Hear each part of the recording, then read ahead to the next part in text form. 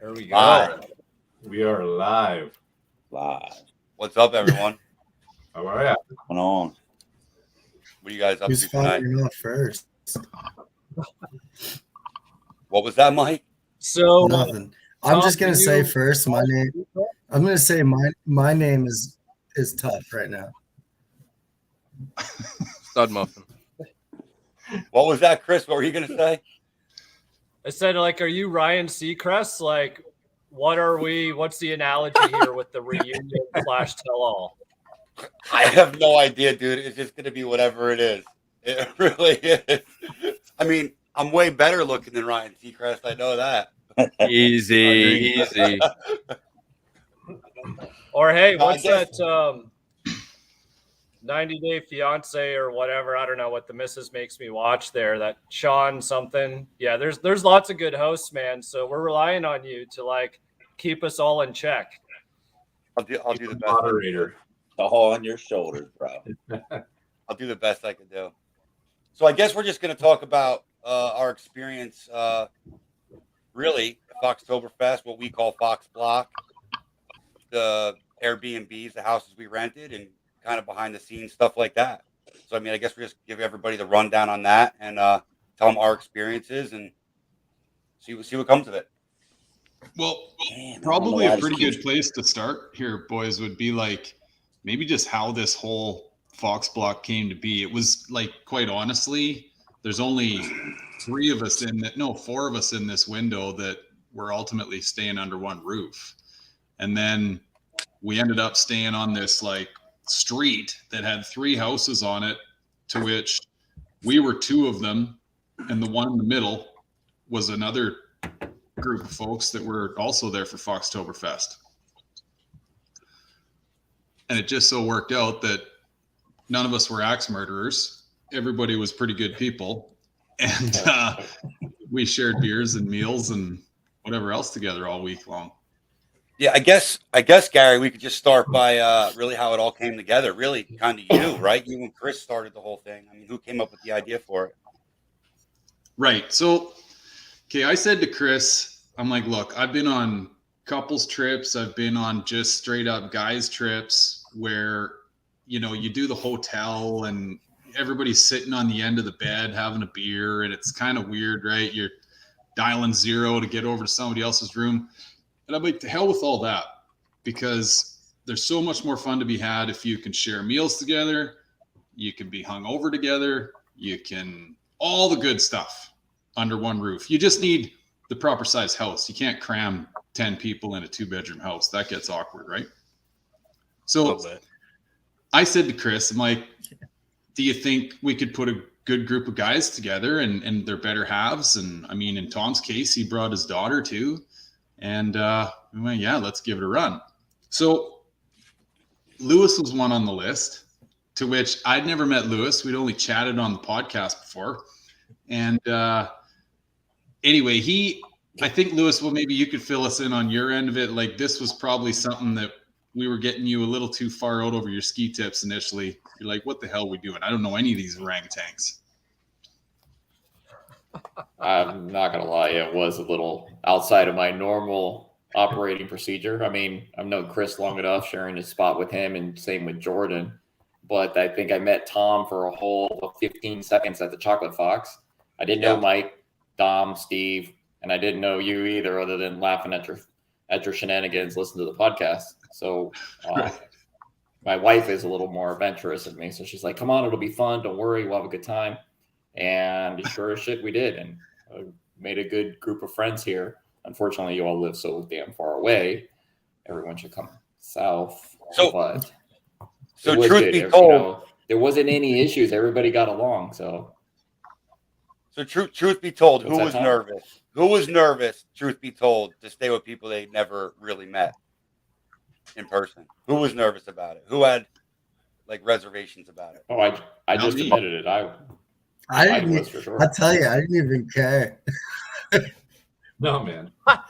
Everybody. It didn't even. I don't even think it even phased me. Mike, you know what?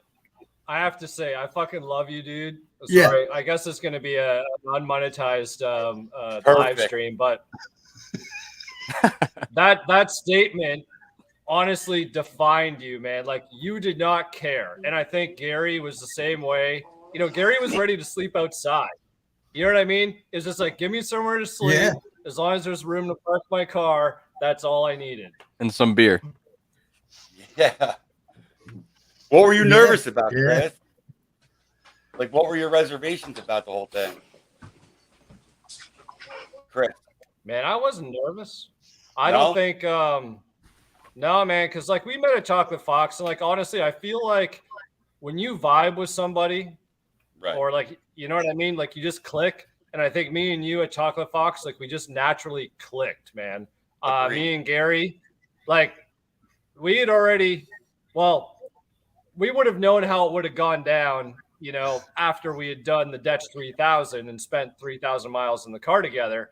And it was like, if we can survive that, then staying in an Airbnb, you know, with a bunch of guys is nothing. So honestly, I was just like, if you're in good company, I feel like that company's company is going to be good as well. So I was actually excited for it. And then it just so happened there was 2 other houses filled with people next to us. So it wasn't just one Airbnb, you know, we're talking 3 of them, right? Yeah, it was awesome. It really worked out.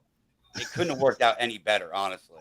It really couldn't. Like, I don't think if I have the opportunity, I won't stay at a hotel again. I don't think. No, I'm never doing that again. Right. Like, I'm never going into a hotel again after that. No. So, okay, I No, it was never way brought too this. much fun. You kidding me? That was a blast. So, boys, I never brought this joke up when we were at the house, but I worked with a guy at a detail shop when I was in high school. And it's like day 2 or 3 of meeting these guys and eating lunch with them and coffees and whatever. And so his name's Johnny. He comes up to me, he says, "Hey, man, you like camping?" Like, yeah, I like to camp. He says, "Just hypothetically, if you went camping with a group of guys and you woke up with a condom hanging out of your rear end, would you tell anybody?"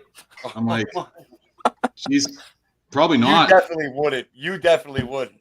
He's like, or I said, "Probably not." He's like, "You want to go camping this weekend?"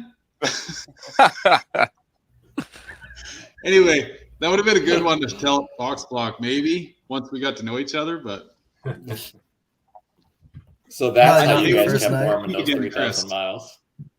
I think it worked out perfect for anyone watching. I mean, if you guys have the opportunity to hook up with some of your boys and get an Airbnb, it's the way to go. Just for like examples, like we kind of had some truck issues and car issues, and it was so much easier to take care of, like at a house on a quiet, you know what I mean? Not in a parking lot with a million people around. It was just so much. It was just better all around. Well, even if you didn't have, Well, it also didn't hurt that Mike had every tool in one hand either. yeah, even just detailing. Right. Yeah, it kind of helped a little bit. Between Mike and Dom, you had a whole garage. Yeah. Seriously. Brought all my tools. Yeah. It wasn't like Yeah. even besides that. The only thing I It left wasn't. Go ahead, Mike. Go ahead, Mike. No, I was gonna say the only thing I left home was my electric impact gun, but Dom had one, so we were good. It was Worked even out. better for just hanging out. Like it wasn't like meet me in the parking lot at 5 o'clock like you would a hotel room or something like that. It was so much more personal. Yeah. I really enjoyed it. Yeah, meet me in the bedroom with your pants off. Yeah. I don't know what was going on up the street that was said, but that wasn't happening. Oh, shit. yeah. What was So- your Gary? What was Is your that where favorite those- part of the whole thing? Gary, Yeah. what was your favorite part of the whole thing? You think? Oh, buddy. I mean, I quite honestly, even like being a month out from this whole thing occurring, like I'm still remembering stuff and like processing it all. The whole thing was just so event filled, you know, like from the minute I left home. But I guess obviously it was Chris and I on the road. So, you know, you establish a relationship there, and that's something that, you know, will never go away. I'll tell till the day I die. And then obviously getting to the show and meeting all you guys for the first time, because that's the other thing. So I guess we should mention this as well. We literally, well, there was some that had met before, but for the most part, we were just kind of all Instagram friends. And, you know, I mean, not that we're hiding much on Instagram, like, you know, you pretty much get to see it all, but it's not like we had ever laid eyes on one another. So we were kind of going on a whim with this whole thing. But I think Chris made the point earlier, like you get a feeling for people. It's kind of like when you're buying a car and you get a feeling for the car, you know, you can get a feel for people too. And everybody on here was great guys. Some of which, like, you know, Dom and Steve and Mike, like Tom vouched for all them, and they're like, listen, you know, these guys are my long lost buds from forever and ever ago, and they're great people.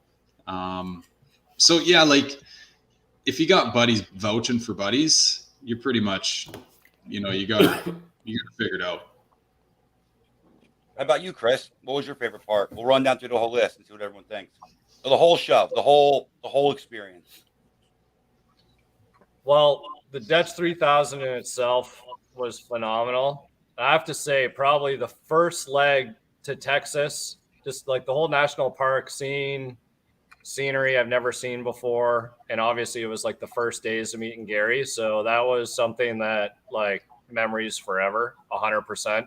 We literally, like, once we left Texas and we were heading towards North Carolina, like, it was just beeline trying to get there. We finally saw some rain, which kind of sucked a little bit.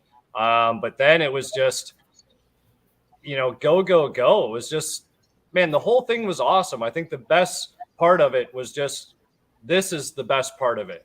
You know what I mean? Like, everybody coming together, having had such a good, amazing opportunity to meet with one another, mingle, help everybody out with their cars.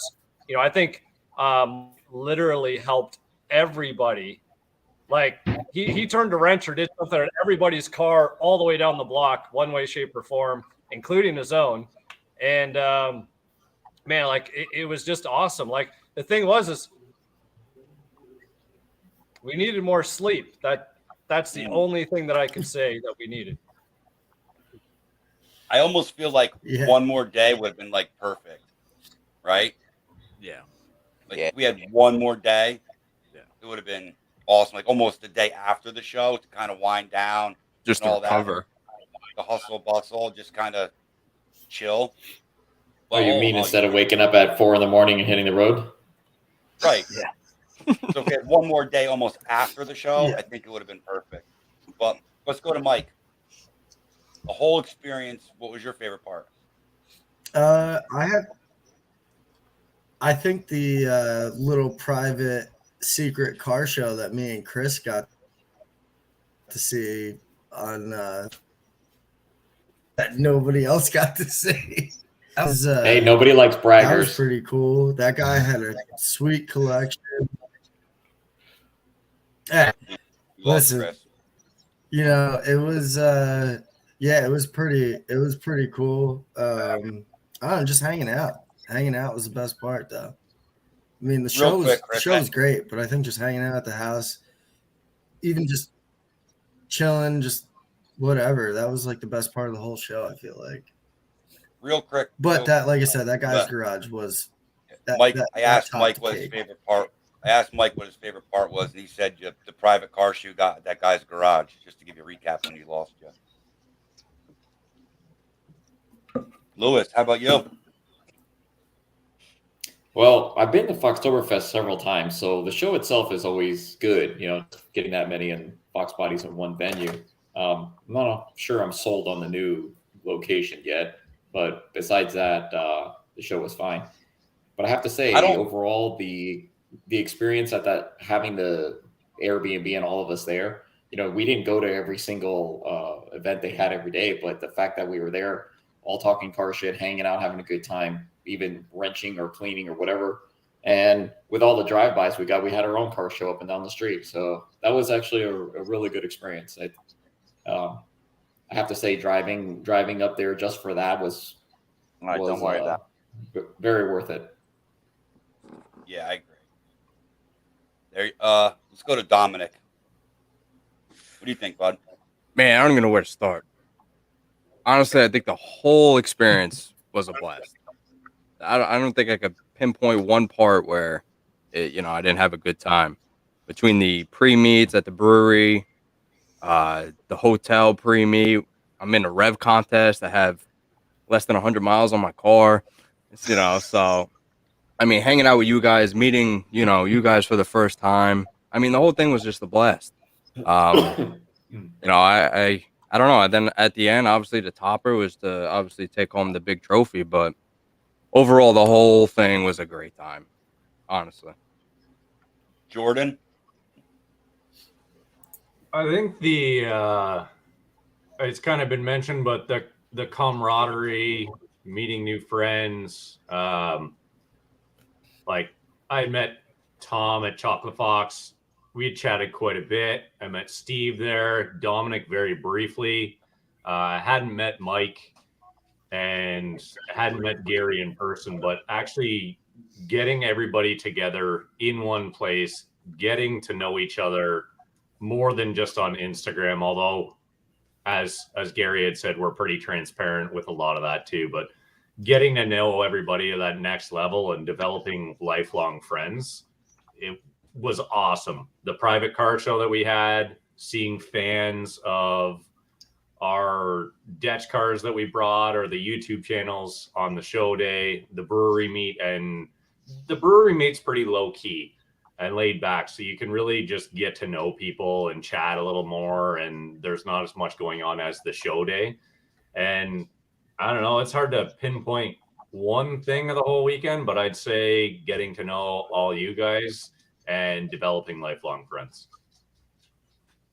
Steve, what about you, buddy? Yeah, man, same thing. I mean, where do you start? That night you called us, Tom, me and Dom, like, what was it, like a week or maybe 2 weeks before, you're like, yo, you got to get this house. We found this house for you. I'm getting a house with Chris and Gary, blah, blah, blah, and you're like, me and Dom were like, our heads were spinning because like Legit. I had, like, as soon as you called me, I had my wife on the freaking phone trying to figure it out, and we ended up getting that house. And then, you can put me in the mix anywhere, man. I'm a people's person. Meeting everybody and hanging out with everybody. That was the best thing. Well, what worked out about that? You guys saved money too on the Airbnb. Oh yeah. So I was like I think it was like $720, 700, something like that for the room, Yeah. And Dom, what did we end up splitting? Like 400 and some bucks? $450 each, I think it was. Yeah. That's like half the price of what the hotel Half would the be. price. But I mean, you can't get any better than what we had. Like, there's no way I'm doing a Foxtoberfest or Chocolate Fox without doing an Airbnb. There's no way. Yeah, so much cool stuff happened. Not only the Dash 3000, but Chris, that was the first time those cars were together since they were built, right? All the cars you brought. Yeah, absolutely, man. Yeah, that is actually a very important to highlight. To have 4 numbered cars essentially in one spot. Like, I've never seen that in my lifetime. Like, that might have been something back in the 90s when I barely had my driver's license when that might have happened, so to actually have them there, and big thank you to everybody like Gary, you know what I mean, to do the transaction on the 87 car. And then Jordan, he helped get number 5 ready and brought the 9 car down. And, it's a lot of work bringing 4 cars to a show, let me tell you that. But at least I got to 2 of them went to a new home. One's at the Mustang Owners Museum. And Dash number 9 is actually sitting right here behind me. So it made it here to Texas nice, safe, and sound. It worked out good too because you had a ton of help setting all that up. I feel like it would have been a lot harder, and I don't want to put words in your mouth, but I feel like it would have been a lot harder. Like if things didn't play out with Airbnb and we didn't all get together, it would have been a lot tougher on you to get everything set up and squared away if it was just you and Gary. Like, I feel like it worked out kind of good for you in that aspect. No? Oh, there was no way you're doing that in a freaking hotel parking lot. Right? It worked out good. Gary, was the show everything and all that you expected it to be?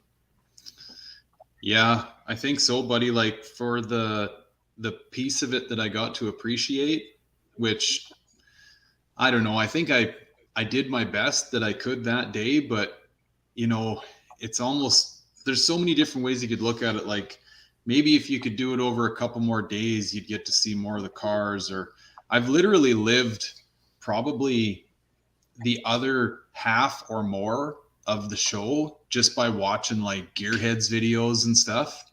I'm like, holy shit, I didn't know that was over there. Or, no kidding, right? Like it was such a blur. But you know, which kind of leads me back to another good point about the house. You know, like Dom, you mentioned the brewery night, which is great. It's a super funky area, right? Like kind of old school commercial, almost like grain, you know, elevators and stuff. It's super funky. But the trouble with all this, I mean, we're all grown adults here and we all like to have a couple beverages. Like if you can take your prized possessions out of the mix when you're trying to enjoy yourself, that adds a whole nother level of enjoyment to your evening. And that was one of the beauties of having the house that we did, because we could all go back, have a couple extra beers, and not have to worry about getting the cars home, right? Or somebody else said too, like hotel parking lots. I mean, there was, we actually remember that 93 Cobra we had for Matt, right? Yeah. Yep. Beautiful red one. I mean, he parked it there because he's like, man, I can't sleep at night. I'll be, you know, staring out the window, looking at my car, hoping that was one of my favorite nights, Gary, when we had sitting around the fire pit. Yeah. Because it felt like home, like just chilling around a fire, hanging out, bullshitting. I don't know. That was one of my favorite nights there. Like I felt the most relaxed that night, I think. Totally. I don't know. You know what I like? I like when Tom just walks around everyone's cars and just thinks. What would I do? Spinning. He's not even saying anything, but the look in his eyes. I can't help it. And you know, that was also pretty cool for me, because like I've only really seen, besides the Chocolate Fox, like I've only really got to see one Desh car like up close in person, analyze it, and watch it come to life. And that's Hot Summer 91 out of Blue Sky Performance, right? So, but to be around all of them, it really changed my opinion on the cars, like drastically, especially one with air. So Lewis's car really, like, my brain really started the gears started to drive. Like, what could I do with one of these if we really got serious about a serious build? I don't know, man. Like I really like them a lot. It changed my opinion being around them all weekend like that dramatically. So that's a positive for me out of it. I think the same thing for Steve too, right? Steve, you kind of feel the same way about that, right? I wasn't sure about the Dutch cars at first, because to be honest with you, I'd never seen one in person. I think I might have seen one in one of like the 5.0 magazines back in the day. It might have been, I don't know. I don't even remember but the first time I seen one was Chris's at the Chocolate Fox. And then the Hot Summer Nights that Blue Sky did. And then, yeah, like you said, Lewis's, man, I mean, I love white coupes are awesome. Chris's and Lewis's, but Lewis on airbags, thing's sick. But yeah, I love them now. Actually, you know, truth be told, Chris, I think Mike's opinion even changed on it a little bit, because beforehand, let's just be honest about it. Me and Mike were talking, and he was hating bad, bro. Bad. Let's be honest, Mike, about Desh kits. And I think you got a different attitude now about it. Wasn't really a fan, but Lewis's car really, dude, that thing is just, it's sweet going down the road, and just seeing all those cars in one spot just was like, man, every morning you were waking up, going outside, and that's the first thing you saw. And it was like, man, it actually looks pretty damn cool. Like, I almost want to do that to my car now. But no, at first I wasn't a big fan, but I don't know. This whole trip definitely changed my mind on those cars for sure. So Chris, right there, he gained 3 fans. I don't know. I think I asked Chris. I think I asked Chris how much a kit was. So, Well, I'll tell you guys something. I was by the thinking- way, thanks for the compliments. I guess the right choices. I put the right thing together and it came out good. But so as you guys already know, I've been long time friends with Chris. So when I first, not after I first met him, but on the return trip, and he shows me this Dutch kit, and gonna put it on his cars. And look, I built this one and this one and this one. I go, what the hell is that douche kit thing that you got in your car? And I really busted his balls hard. I busted his balls, and I have to say, over time and certain colors and combinations, it really does work really well. Other ones, I'm like, I don't know about that, but I have to say, it does. It didn't at first. I was the same as you guys. I'm like, what the hell is this thing? But yeah, it does look good. It does fit an LX the lines very well. Yeah, agreed. You know, not only even that, with the Celine wing. Yeah. Oh no! Don't start. No Celine wing. Yeah. Well, we made it. We made it 20 minutes in, so. No, listen, I don't hate, man. It's just my personal taste. But with that said, not just the Desh cars, Gary. We had John Brooks show up. We had Ken show up on Foxblock. We had Josh Kennedy. I mean, we can go down the list, right? We had some pretty well-known, super nice cars show up. It was like we had our own personal car show / it was just, I don't know. It's so much better of experience. Plus the cruises to the events were awesome, right? You weren't driving by yourself. Yeah. I don't know. It was just really cool, man. Gary, what did you think about all that with having all the cars that you've only been able to see on Instagram show up literally at your house? Oh, dude. When the boys started showing up, Angel was up from Florida, right? Cabernet Fox. Yeah. Yep. Car sick. Yeah. I love that car. It's like, boys, I don't know how long you followed him, but like he is, like next level kind of Joey Boost level OCD. Yeah. And like he sprayed that car recently. And I mean, I would venture a guess, I think it's safe to say that none of us would have painted our cars if whatever was going on with his was happening to yours. Damn. Like he's that over the top.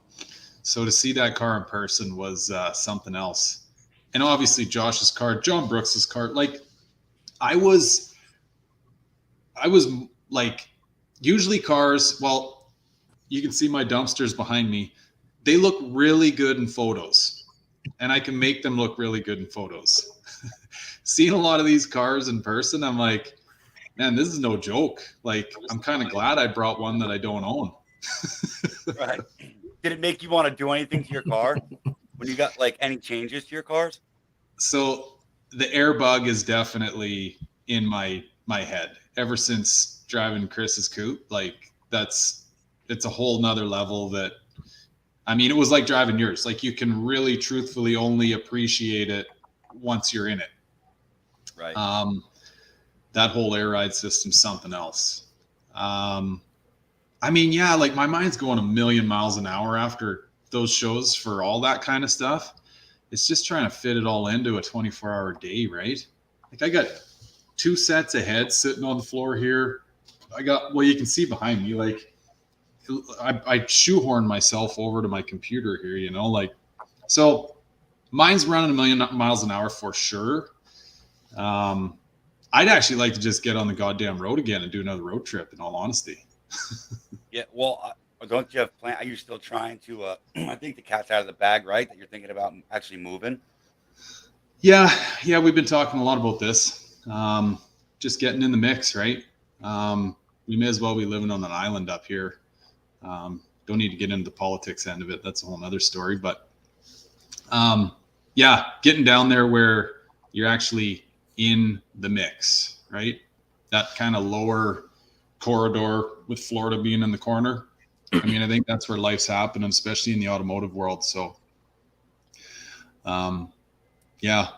And there's all kind. Chris and I have been chatting about it offline a bit too. I'm like, dude, we got to get on the road again. Like, this was something that I think probably as many people watching it enjoyed it just as thoroughly as we probably did, because it's something that you can kind of live vicariously through someone else, even if you can't get the time off to work to do it yourself. But on to the next one, I guess. Yeah. So are you going to come back next year? 100%. Like, that's something I guess I should sum all of this up with, is once you've been bitten by the Foxtoberfest bug, I'm sure any of these shows would do that for you. Mustang Week or the new Mustang Fest, or no, Fox Fest, right? Mustang Fest. Is it Stang Fest? Stang Fest. Yeah, Stang Maybe Fest. Stang Fest, right. Don't worry. I got you guys covered. Stang Fest. Andy Howard, baby. Yeah. So once you're bit by the bug, I think you're done. Like, it has to happen. It's just a little more difficult to do from a whole nother country away, right? Yeah. So when you got home, was your wife and kids happy to see you finally? Oh yeah. Or they put your ass right to work? They did. Yeah. She handed them off as if they're your problem now, right? Totally. Yeah. The wife had some trip planned with her girlfriends up to the ski hill, which wasn't even open yet. I'm like, why are you going to the ski hill? And they're like, well, the hot tub's on at my friend's house and this, that, and everything. I'm like, I don't even want to know. But so yeah, she wasn't wasting any time getting out of the house and doing some girl stuff. So speaking of that, I mean, we got to touch base on the ladies that were in the house, right? They kind of saved us a little bit. Yeah. Mary, Aaron. They literally made sure we were still alive at the end of the day. Yeah, I mean, listen, for everyone watching, I mean, every morning they had breakfast ready in a rock for us. They made sure we had lunch. They made sure we had dinner. Thanks, Copenhagen. I appreciate it. They made sure we had dinner. I mean, they really took care of us, man. Went food shopping, the whole nine. We just kind of, dude, honestly, we were like children being taken care of. You know, those gals would run around behind me going like, have you eaten yet? Right. And in a lot of respects, thank goodness they did, because I mean, I would have just been living off barley sandwiches the whole time. But yeah, they took really good care of us, did all the behind the scenes running around for us. We would have been done without them. There's no way we could have done that. Oh yeah. And the house was perfect for my kid, man. Like, again, everybody watching, like, it's such a better environment. Like, if you're considering bringing a family to one of these big events, it's such a better environment to bring your kids. Like, Sam just kind of played upstairs in the room the whole time and did her own thing, but she was able to run around the lawn. She was able to, you know, have her a space where it wasn't like a hotel parking lot, right? So I don't know. It's a much better environment. Airbnb is doing these shows for kids, I think. Yeah, you didn't have to lock her up in your hotel room either. Right, and I think for Mike and Steve, they kind of saw that, which Mike knew a little bit more about that, because was bringing his son to all these events. But Steve, I think, got to see firsthand that it really is good for you know, it could be a family event. Yeah, I'm gonna try. What's up, Andrew? We got some heavy hitters weighing in here, boys. Brent and Andrew, what's up, boys? Yeah. Brent, what's going on? Andrew, what's going on? You didn't call me Friday. You better call me tomorrow. Hey, boys. I know this thing, we're gonna probably beat the hell out of the wee hours of the morning doing this, but Chris and I had a little video. I think it was actually the night, Tom, that you were talking about with the fire. We came inside and turned on a GoPro to try to like sum up the second leg of our journey. And quite honestly, I just know where it is on my hard drive. I haven't even watched it. And nor have we put it out on YouTube or any of that stuff. So we were going to blast it up on here. We can pause it and do whatever we want to do, talk over it, whatever. As long as Chris's internet connection, he can get it figured out. Gary, if I see this, I'm out. I don't say anything when I wake up with anything hanging out of my ass. So Gary was too busy doing his hair. He didn't have time for any of that. Let's talk about that, Gary. Holy shit, what a process. Hey, you don't wake up looking Gary's good every day. blow dryer going. Holy shit. You got more hair products Made than the lights any dim. chick in the house. It makes the lights dim. Legitimately made the lights dim when he turned it on in the house. Gary's That's hair. hilarious. Dude, you don't even want to see me take my shirt off. I got hair everywhere. You're in Italian. Towels don't cut it. So you got video clips to play? I want to see them if they're unreleased. Okay. We got Chris back, so let's do some unreleased footage here. All right. Ladies and gents. Yeah. Put my hat backwards here. Make me look more alive. Welcome to the two most beat souls on the face of planet Earth. Unreal. Seriously, every minute that goes by right now, like I thought I would have sounded tired this morning, getting up at 6. But man, am I beat. Pure adrenaline. We're running on Yeah. No, there's hardly anything left. Me and Gary said, you know what, we got to do this. We got to sign off and give a little bit of recap because it's important. Otherwise, we're going to forget. Did you get any filming around the show today? I tried, like in the morning, because we got there, the sun wasn't even up. Yeah. You know, it was 6:45 when we got pretty much up to the venue, then waited in line, setting things up. The sun finally started rising and got the cars organized, and I walked around with the camera a little bit just to try and, because like this is probably the only time 4 numbered Dutch cars have been together that I can remember. Yeah, that's true. And it's probably going to be the last time for a good little while, as 2 of them have now been relocated or they're on their way down to Alabama. So with that said, huge turnout, and I almost pissed myself 3 times because like couldn't even make it to the bathroom, just people stopping. You know what? That's not, and nobody take offense to that by any means. Flattering comment. Yeah, no. We said it in our pods. I think we've said it in our videos to, come up, don't be shy, introduce yourself, shake our hands, and everybody did that, and it was amazing. We met some wicked folks, eh? Yeah. Like that couple, right? Yeah. That gal couple. Like, I mean, I had 3 generations, grandfather, father, son, stop me and talk to me about the pod, the videos. Like, man, it was absolutely earth-shattering for me. I don't know. I mean, I guess because you look. Well, it's your first show. Totally. So this is like your first experience. And, it's not just this. Honestly, and I don't know how much footage you got over the past few days. Honestly, guys, I'm sorry, straight up. And I feel bad because, I got the first part of the video out and Gary's got to put some stuff together, and we're sort of like, yeah, we'll do the same thing and bounce footage off one another. And I couldn't, like it was unreal in a good way. Yeah. Yeah. I did though, like for what it's worth, I for sure got footage around the house, which is stuff that you're not going to see anywhere else. Cause I mean, it was just us here. Yeah. And I have to say, we had like the most awesome, badass cars. Crazy. On this little street that our Airbnb and 2 others happen to be like collectively. Yeah.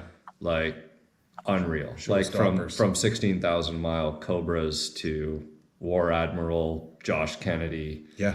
Cabernet Fox. Yeah. Angel stopped by too. KSD Notch, Mr. Blue Oval Media. Yeah. Man, like, and the show winner. Yeah. Oh yeah. Dom. Best in Show is here. Span 050. And guess what? The car or the body style. No roof. Vert winner. Unreal. Which he deserved it. Hopefully you guys have listened to the pod, because that's our plan. We'll have him on the pod and talk to him about that, because he's a young buck. Yeah. Yeah. Worked his ass off to get that car. And we need to figure it out, because it was something like the paint's 30 years old. Yeah. And like was in a magazine back in the day. That's right too. Yeah. Okay, Dom, clear this up for us, buddy. How did that all work? Oof, man. Where do I start? So the car was out in California majority of its life. So it was always garage kept and everything. So I'm the second owner of the car. So in 91, the original owner actually had the car repainted from Ford because from sitting out at the dealership, all the sap, everything ruined the paint job. So he actually wanted the car repainted. So from that point on, this is how I have the car. So it's pretty crazy. Okay. And you're All what, right. the There's third another. owner? Third owner, second owner. I mean, the first and second owner know each other. They were good friends, and I actually know the guy too. So Did one of them paint the car from original paint? no, the original owner, the guy that had it out in California. He repainted the car. He had Ford or whatever repaint the car. Gotcha. You know what I'm saying? Same year that it was like, so it's the paint is whatever months they painted it months after it was rolled off the showroom floor. Right. But then you know, the hood, obviously it has the hood, it's got the sailing wing, the Cobra rear bumper, the Stalker bumper. Like I had the magazines. He did all this back in 2001, 2000. So that paint is still like that because it's still the same panels that when I got and when I have the car. So that's how old that paint is. And just to clear it up, that's single stage, right? That's all single stage, yes. Jeepers. I wish I could comment in the comments right now. I love it. Under those Celine wing capitalized. Love it. Is that you, Chris, texting that? Does it show up from me too? Yeah. Okay. You do that from your phone? We'll bail back in here.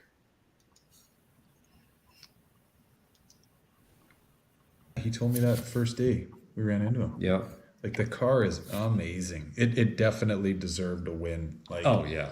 Very hard to pick though. I mean, just the quick couple glances that I got of maybe the, what did we just say, 15% of the show we saw, if that. There were so many beautiful cars. You know what though? It's cool to see convertible. Yeah. Red. Yeah. Because red is like the Mustang classic car. It is. Right? So if you think of a 60s Mustang, you think red. Mustang Sally. And like the engine bay on this thing, like the contrast, like I love to look at the bay, but I'd hate to own that engine bay. Oh. Like to keep that clean or to do something, holy hell, man. Like the time he's got tied up in it. Yeah. They were so tickled too. Both him and his gal, they worked their butts off to get there and to take that trophy home. So kudos to them. I did get footage last night, so I went up and down the rows. Oh, nice. Yeah, so I do have that. So if we got that, we can throw that in there. I got the brewery. I got a little bit of the brewery. I got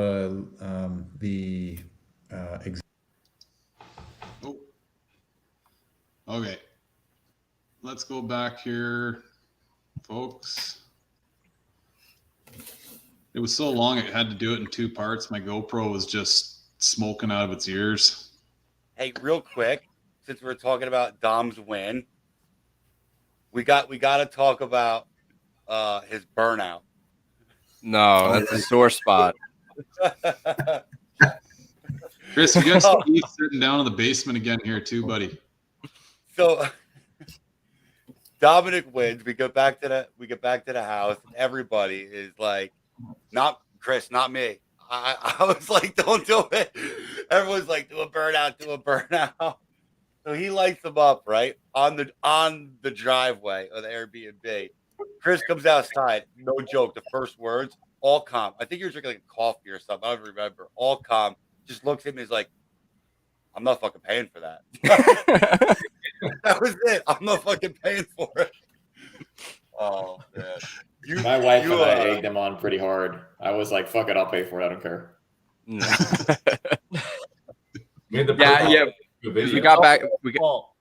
We got back to the house and Tom's texting me. He's like, dude, Chris is pissed off. You better come down here and apologize, like right now. I'm like, oh fuck. So I ran down there. Yeah, it was good, man. I think Gary instigated that one a little bit too. I don't know. I was drinking beer. I wasn't egging nothing on. Definitely instigated. I think Mike was there. Mike was videoing it too. I got a good video, and I have to say, the trophy popping up at the end when you guys I don't know. take it off. I don't know what was made her perfect. do that, but that was awesome. That she lifted the trophy up. Yeah. How is this video not surfaced on anybody's social media yet? No, we did. We posted it. I posted a reel of it. I'm still kind of scared, to be honest. I haven't seen this. Oh, I've got It's out there. Foxtoberfest video. I mean, as long as Chris approves it, I'll post it. Oh, I think you could. Yeah. Just don't put the address. Hey, did they say anything about that though? Has anybody? No, has anybody heard about the? From what I understand, the they people were who own the house. they were very happy with the way we left the house and everything was good. So we're good to go for next year if we want to do it. Bingo. Yeah. So Brent. pretty much we could do a burnout from the end of the driveway to the street. All right, I'm gonna repost it. Just I'm gonna repost this with Dom on Instagram so everyone can see it. I did. Yeah. There is a reel of it though somewhere. I posted it. I'll repost it. I hear it in the background. Is it? Somebody Yo, has you guys it. Hear me? I know that exhaust. Or is Gary got it? Yeah. I'm posting it. Oh, and Lewis has got one too. I'll Dude, take credit for that video. Thank you. Yeah. I was upset that Brent didn't get to make it over. I wanted to have him come over and hang out with us a little bit, but I think you can mention in the comments maybe. I think you got caught up working on Scott Rod's car, right? Am I right about that? Maybe. Oh, Well, Yeah. I think that's. I know he had his. I have his to say kids that- over them at one point too. Mike, you're like eating the camera of your computer, bro. You're like. No. I'm trying to block that light. He needs a Christmas tree cake. Right. You need a big ass head like I got. I ran a Christmas tree. No cake. So since we're talking about the whole Foxblock I and was all trying that, to block that light out of the way. so real quick, there's something that I want to bring up too. Jordan's experience with his fuel lines on the Desh car coming down. Yeah, I don't think a lot of people know. Like you had some work to do, so give us a rundown of that real quick. What happened? So Silver Car was kind of a last minute decision. I wasn't even coming to the show, and then I'd say a week before the show, or a week before I left, the opportunity was proposed to me. So go grab this car that's been sitting for 6 months, bring it to the shop, check it over, find out the inner tie rods are like falling out of this thing, and then go take it for a road test. And it literally has no third gear whatsoever. So ended up doing a last minute T5 swap after I already had the T5 out of Detch number 5 2 days in a row, like 4 days before that. Drove all the way down. I got to Carlisle, Pennsylvania, and got out of the car and looked behind it, and all of a sudden there's a puddle of fuel. Somebody had routed the fuel lines the wrong way and arrested against the tailpipe and melted a pinhole through it. So it's literally spraying on the overaxle pipe. Did a parking lot repair, or tried to do one in advance in the parking lot, like 9:30 at night. Got it pretty good. And then it started leaking again. So I had to get a different fittings. I'm in TSC parking lot, Tractor Supply, until 12 o'clock at night, fixing this fuel line. It was all good until the second day we were at the Airbnb. And then it started, I could smell the vapors again. So got the proper fitting that I was looking for the very first time that nobody knew what I was talking about, and fixed it in the Airbnb parking lot. Thanks to Dom for some wrenches and for some wrenches, making stuff happen. But yeah, just unforeseen things. And I know a lot of people don't really talk about that kind of stuff, but those are the hazards that do happen on road trips, especially with untested cars. Yeah, and not only that, I lost brakes in my truck coming down the mountain there. Oh yeah, that was serious. So we get to, where was that, Mike? What state? Was that Virginia or West? Yeah. Yep. And I had a caliper lock up on my truck. So we get to pretty much the bottom of like the Virginia mountains, and I hit the brake. Really like our last leg. I don't even remember. Was it? Yeah. Yeah, it was I think it Virginia. was Yeah. Virginia. Because we had like what 3 hours to go for. Yeah. So I Tom put my was foot to the flipping a floor. coin whether to drive his family in the truck or not. And then Yeah, I and took these out. guys, The rest of the Gary, way.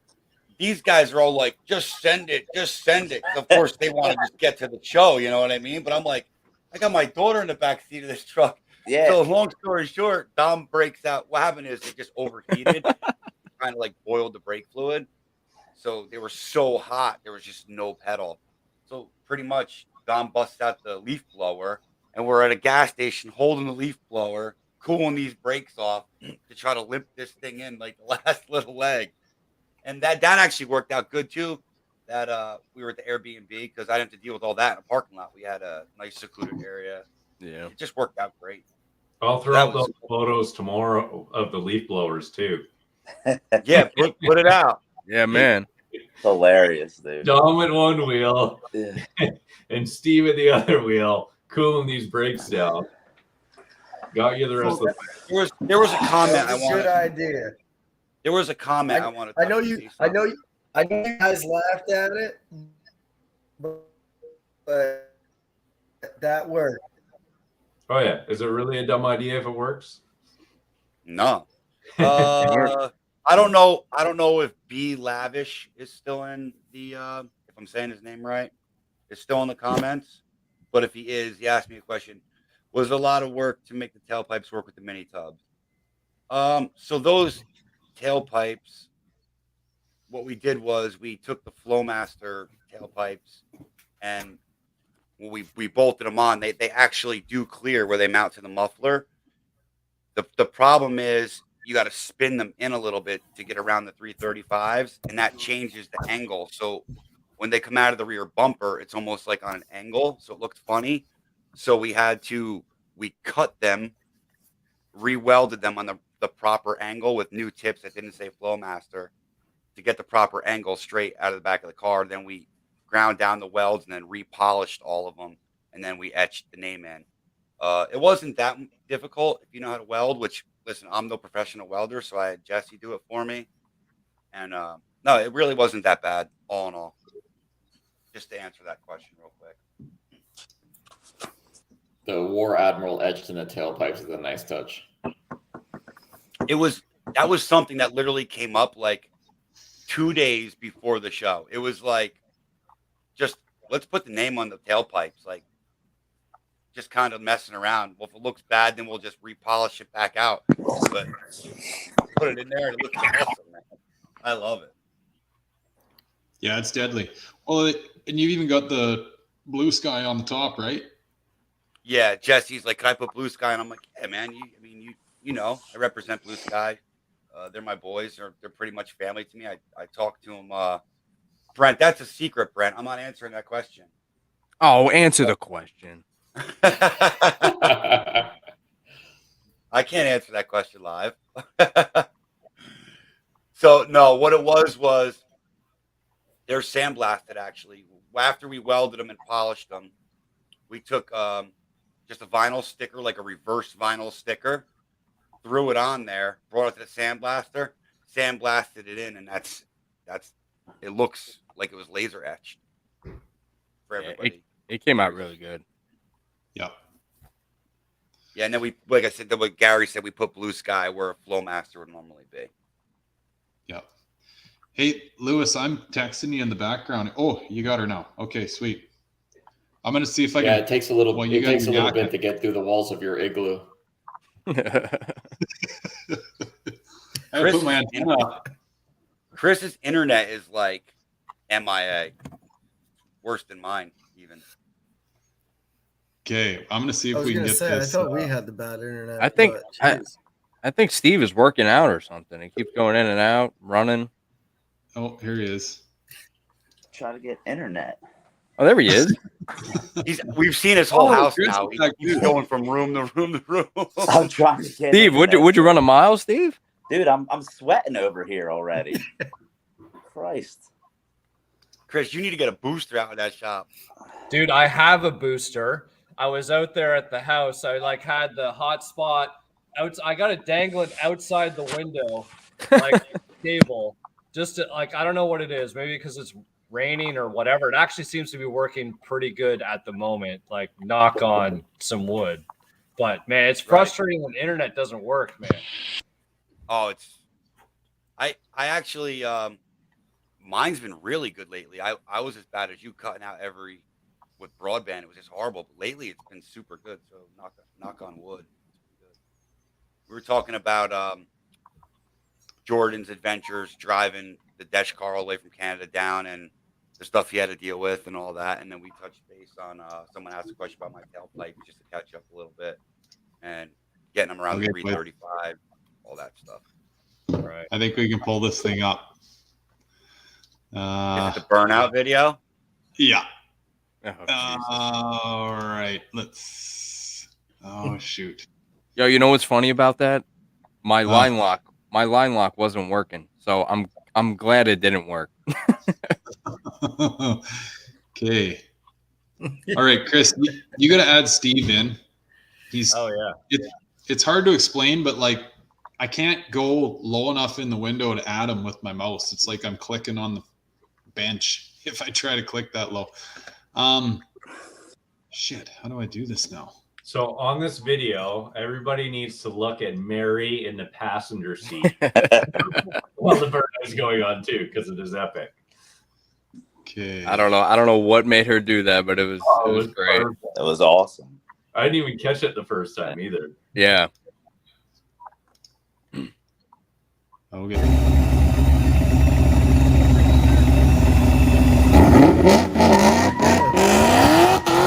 Now, whose camera is this from? That's from Lewis's. I think that's worth a replay, hey? Mm-hmm. Yeah. Mike's got a good view too. Else has us. Oh, yeah. I'm gonna get the damn line lock.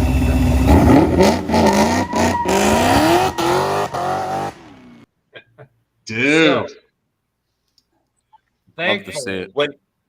When he did that, all I thought was dollar signs. Because the driveway's like a quarter mile long. I'm selling the car. I'm thinking you just gotta keep doing them back to back, so then that way we can line up the tire pattern like we line them repaved all it. up. Nobody would know to be the wiser. Yeah, that's the night. Go ahead, Chris.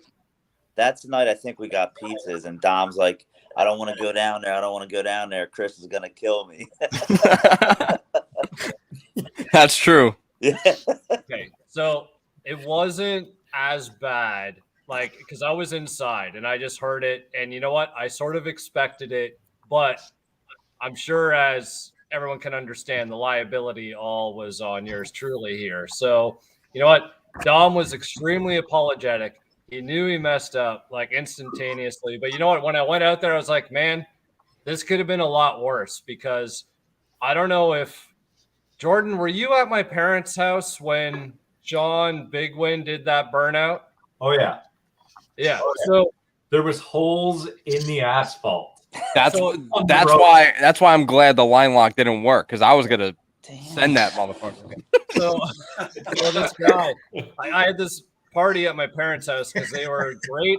They were great at going away for extended periods of time, right? And we had, like, man, the house was full, and this guy shows up with this coupe, and we actually went and did burnouts up at the school.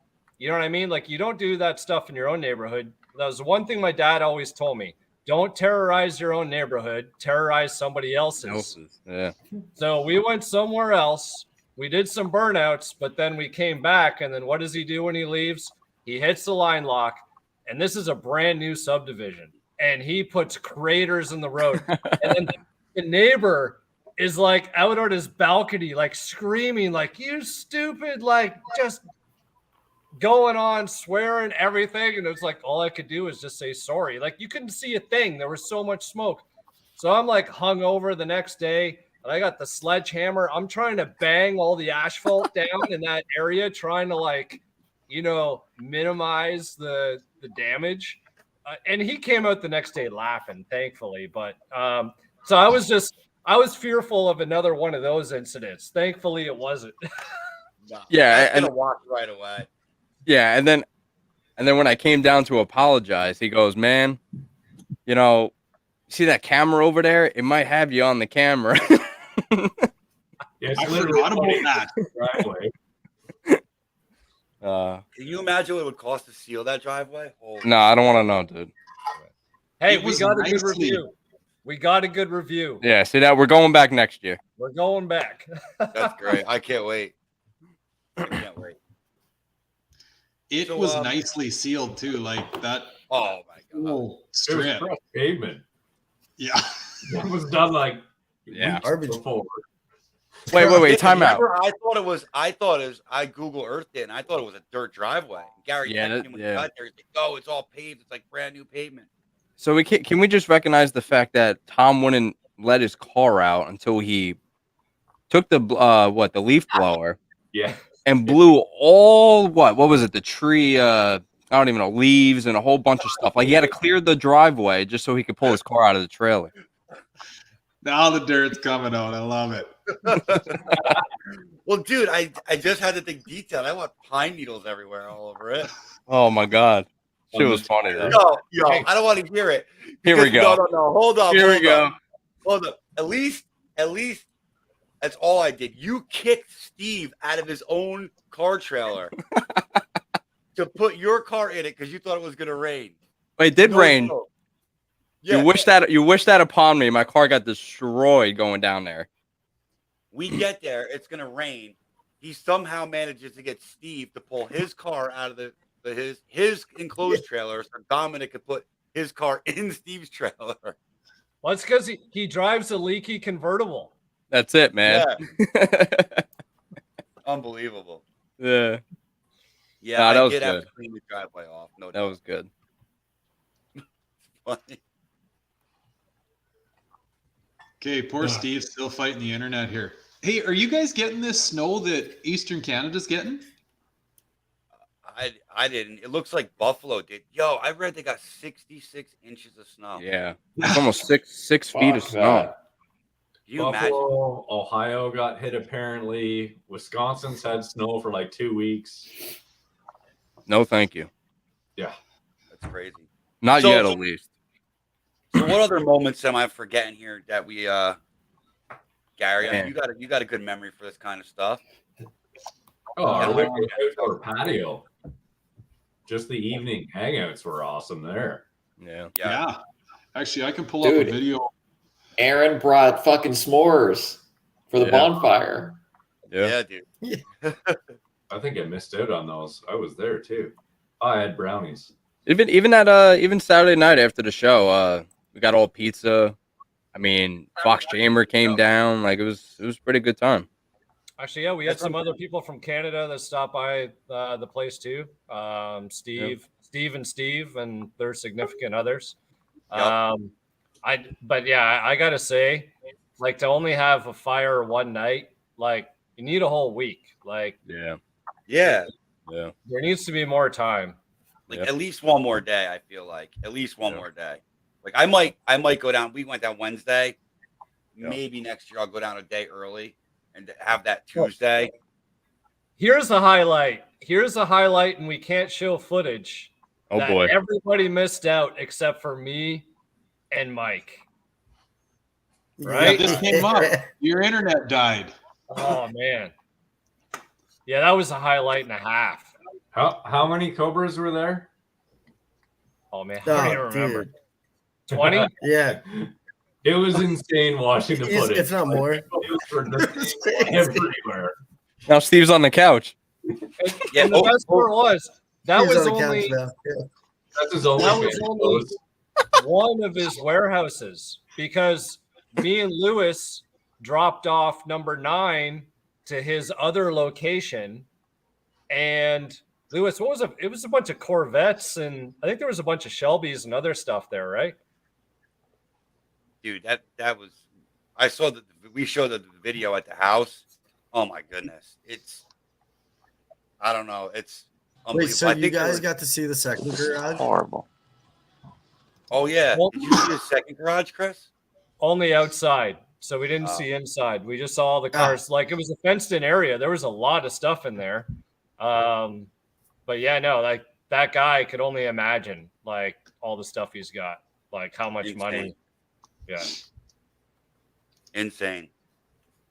Yeah, I enjoyed letting Gary and Chris drive the car OG. That's always fun for me. Who drove it faster? You, for sure. So we're going, typically when I let people drive it, they get on a little bit. So I expect that. And Chris, well, on Gary's defense, we did kind of take like back roads when Gary drove it.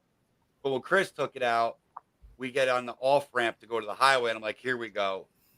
And I think we were doing like 109 coming off the off ramp. And then he gets onto the highway, gets over to the fast lane, and just romps on it. I look over as much as I could look over because it's my car and I'm worried, right? 132 miles an hour. I'm like, well, Chris officially has driven this car. Anybody has. Besides myself and Jeff. Unbelievable. Oh man, that thing is out of this world, man. Like, hands down to you, because you know what I mean. Like, I felt some pretty good power before, but like that coming out of a Foxbody was just, it was awesome. Like, honestly, I almost felt like I was doing like a pull in a European vehicle, you know, because it was just so smooth, so straight, and it was awesome, man. Thank you for that. Yeah, no, it's great. I'm glad you actually got on it. I'm glad you actually drove the car, because I always tell people you can't really experience it unless you drive it, because it really can be very mild and tame driving it. Like, there's this myth that it's either one or the other, and it's technology allows us to have both. And I like for people to experience that when they drive it. And again, you only drove the car on low boost. Like, that was only the 675 tune. There's 200 more horsepower sitting there if you hit the button. So imagine what that feels like. I get scared, bro. I'm not going to lie. Okay. I'm just going to weigh in here. No. Not to justify my own bathing suit area size or anything like that. I have the worst luck, and always have had the worst luck when it comes to having anything of anyone else's. The amount of money that I've pissed away because I borrowed something from somebody and it went to hell on me while I had it in my possession, or I just put it on their doorstep like they asked me to, and it got stolen before they got home, whatever, okay? The last thing I was going to do was hear bang, choo, as I'm driving War Admiral. That is not happening on my watch. This is all pre-show. Tom's already had his brakes melt off his pickup. No. Not even, well, Chris, I drove the 93. I mean, I maybe got that tack to like the beginning of orange. Maybe. There was going to be no red. None. It's true. So, anyway, good on you for having the cojones to do that, because, yeah, the way my luck goes, something would let go and it'd be game over.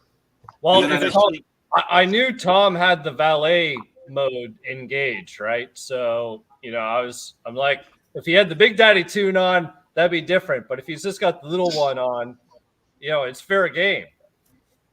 Oh, I even told you to hit it, and you're like, no, I'll leave that for you. Dude, well, you guys have all seen the video of Tom hitting it where he's like putting his Pepsi bottle in a 6-point harness, throwing his ball cap in the back seat. I'm like, oh my God, what have I signed up for here? That's the same hat that he's wearing. Yeah, that's true. Right. Mike loves getting in it for rides. Hell no. Oh man. Hell no. Or takeover. That thing needs a fucking roll cage. In the worst way. Okay. I don't like that. I love the car. I don't like being the passenger. I'll tell you that, bud. I think I got this video now here, guys. What do you got queued up? Is it this one? Yeah. Okay, let's try this one more time. Hopefully I don't go to the exhaust competition again. Here's the girls working their you-know-what's off, keeping us fed. Love it. All right. Little time lapse of the patio. Man, that patio was sick, hey? Yeah, that was nice. That was a pretty good setup. That was pretty sweet. We could have parked every car under there. Which day was this? Well, I'm trying to figure out. Aaron's dressed pretty nice. Maybe this was the brewery night. Yeah, I think we're having nachos, if that helps. Yeah, we're having nachos and burgers. Oh, there. I'm sitting with the. Who's got the orange hat? Is that Mike? Mike. That's me. Okay. I joined him. Yeah. I felt bad. He was eating by himself. Look at the pack of darts right here. The old Newports. Oh yeah, that's awesome. They gotta be Mike's. They are. Yeah, there was some good times. Right next on line for the food. I dropped everything and went to eat. What's going on, Lance? Yeah, Mr. Lance in the house. Man, Lance, thank you. Actually, I shared the link with both Gary and Jordan. Lance hooked me up with like this little stash of parts that this guy in Texas has. He's dropping them off to me on Tuesday. It's like his little collection of stuff. So thank you, Lance, man. Shout out. I think he wants a set of fog lights. I'll hook you up with the fog lights for sourcing all the parts to me. It looked like it was a pile of 4-eye stuff, hey? Mostly, well, some hard parts that would go in between everything too. Yeah, but like there's T-top glass with the keys, which is really important for my T-top car, T-top doors. There's all the Stifler stuff, like the whole webbing, undercar bracing, trans mount. Man, there's so much stuff in there. I can't even remember. There's actually a B303, which is who doesn't want the almighty B-cam? Mike's looking for one right now, Chris. Oh, yeah? Oh, Mike, you are. Man, I'll hook you up. I got one for you. There we go. Yeah. There we go. Yeah, he's I'm looking hooking you up. I'm going to get that fresh intake. Mike helped me out in a big way, man. Yeah. You know, I barely knew the dude, and he got up at like 6 o'clock for me just to go get a car, which that's everything. Hey. To be honest, I kind of felt bad for you because I probably didn't stop talking for the whole hour ride that we were in the truck. So Jesus. I was like blabbering. The funniest thing is that anybody else who knows me, I know Lewis is going to laugh and Jordan's going to laugh because me in the morning do not function. Like, you just put me in a seat and I'm just going to pass out, man. So thankfully you stopped at Dunkin' Donuts and we got some coffee because, normally I'd just be stuck in wind. That makes me laugh because Mike is all about morning. Like all about morning. So it's a complete opposite. I can just hear him because when he picks me up in the morning to go someplace, he's like, blah, blah, blah, blah, blah. You want some breakfast? I got to get a Taylor ham sandwich. I'm like, dude, just drive, man. But he's useless at night. Come 8 o'clock at night, he's useless, though. It's bedtime. Yeah, this is way past my bedtime. Wait, is Steve coming back in? He's there. He is. Still on the couch. I've officially seen every room in Steve's house now with his internet. He's gone everywhere. Yeah, this is horrible. I thought my internet was bad. You might have me beat. It's horrible. I got to do something about this. It's ridiculous. Yeah. So Gary, yeah, buddy, is it going to be just Foxtober? Is it going to be just Foxtoberfest next year? Or are you going to try to make some more? I want to do them all, buddy. Gary, really? Bring in your car. I know. I'm gonna have to blow the dust off these old garbage dumpsters. I think Gary's gonna claim refugee status and just like that's it. Hey, my wife wants to go to Mexico. I said, you know what? Let's just not book a flight home, and we'll just walk across. Lewis, make a couch for us. We're coming. Everybody else does it. You can walk right across. Come on down. I don't have any garage space for you, but I'll just have my flip-flops and my shorts. That's it. So, Lewis, are you gonna try to get that Cobra together for one of the shows next year?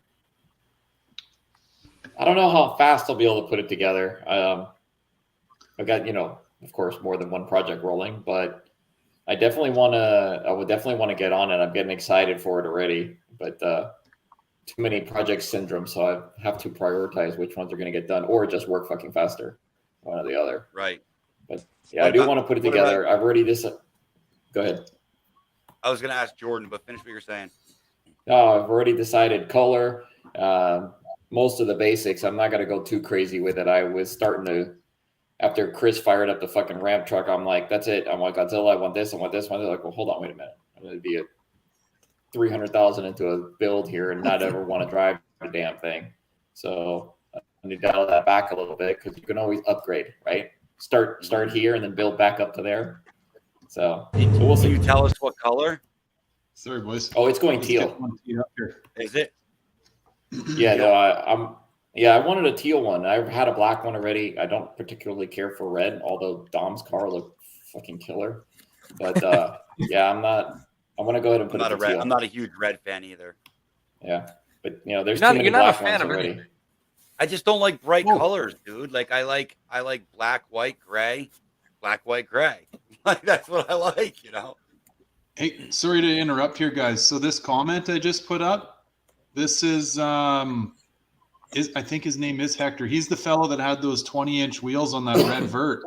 Yeah, I met. He was the first guy I saw at, I guess, the first Foxtoberfest event at Fox Resto. I was literally like, me and Brittany were getting out of the Uber, and then like, there's Hector, and he came over, introduced himself, and man, I love some 20s on a Fox. You can make them look good. I don't care what anybody says. Was that the chrome leans? The thinner ones, though, or the Cobra? No, I think they were Cobras. Cobras. Did he Cobra stepped up? Oh, okay, yeah. Well, this is super like serendipitous because the video I was teeing up is like pulling into the brewery night, and he was like tucked on the right hand side right as we were pulling in up past him. Spots up there. Wait. I don't want to interrupt you guys, but CaliVert50, if you're still here, if you send me a DM where you had those wheels stepped up on Instagram, please. I'm looking for something to get something done for somebody with a set of wheels, and having a hard time finding somebody, or mention it right here in the comments. Okay, I think we can. We'll probably see his car here, guys.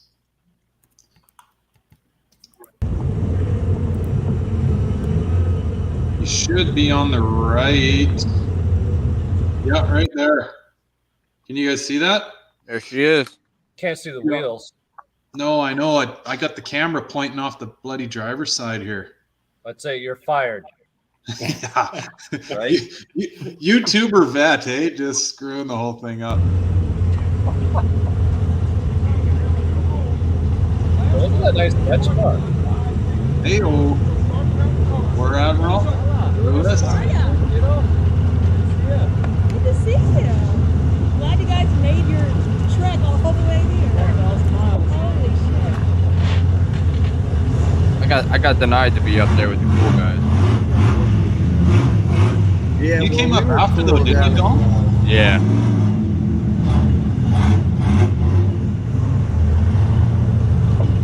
It's all right, Dom. Don't let them fool. Yeah, we were The bullies. kids down at the bottom. Listen to that power steering pump. Oh yeah.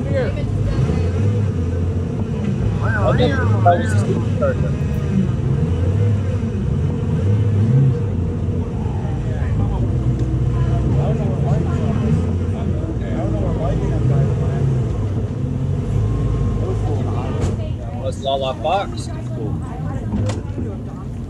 There's Matt. Is this okay, Matt? Yeah, this is cool. We had the YouTubers. If you guys are cool being over here, it's cool. The YouTuber section is over there. Oh, the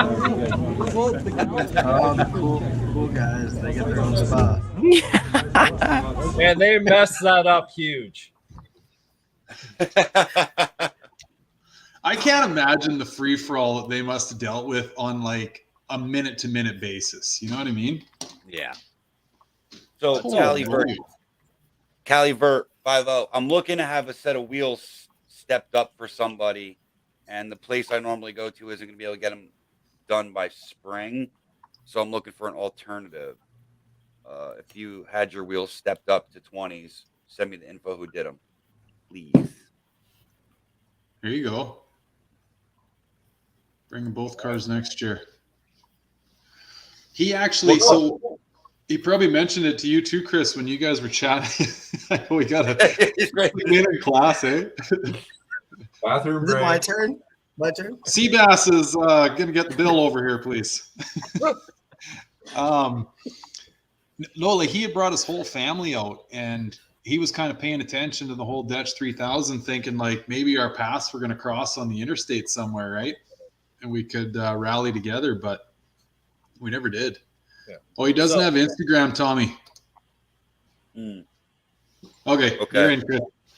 All right. So, with the spirit of the Dutch 3000, talking about people from Cali and everything else, I know me and Gary have, we sort of talked and went back and forth about it a little bit. But what do you guys think of like a structured cross-country Foxbody thing? Like everybody, Mike and I, like we all got some nice cars up here. Like Tom, like would you drive that thing across the country? Or like Dom, would you drive yours across the country? Like honestly, I would probably drive my hatch, not the vert.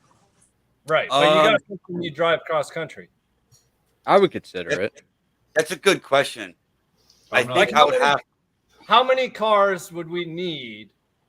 You know what I mean? To like make something cool. And like, even if there's like people that we pick up and then like we lose them, like even if it was like me and Lewis did Mustangs Across America back in 2014. So we started in Cali and we went all the way to NC. So it's sort of like, even if we went from, like Cali, Texas, and then people dropped off, you picked up new people and kept going. Like, but like, what do you guys feel? Like, because I know you guys are kind of like everybody's a little bit more north and northeast. Like, is there an appetite to like ship cars to a start point and drive them across, or is that? Or how about like you drove north, like pick a central point in like the center of the country that everybody can meet at. Well, we can do that too. Head west, right? Man, I've driven all over, man. I've done north, south, east, west. I would ship my car to Texas and drive out over there. I told you to come here. Yeah, I'm going to try to get there next September. Actually, I'm waiting for the both of you to come here. Actually, you and Mike, 3 of you. We'll I thought about shipping you my car so I could go to LMR. I thought I was building you a car. Well, that's a whole nother conversation. But I'm talking about for the LMR meet. I want to do the LMR thing. But after I saw your video, I was like, I don't know if I should ship my car there for that meet. Man, they need to structure it. There needs to be some structure.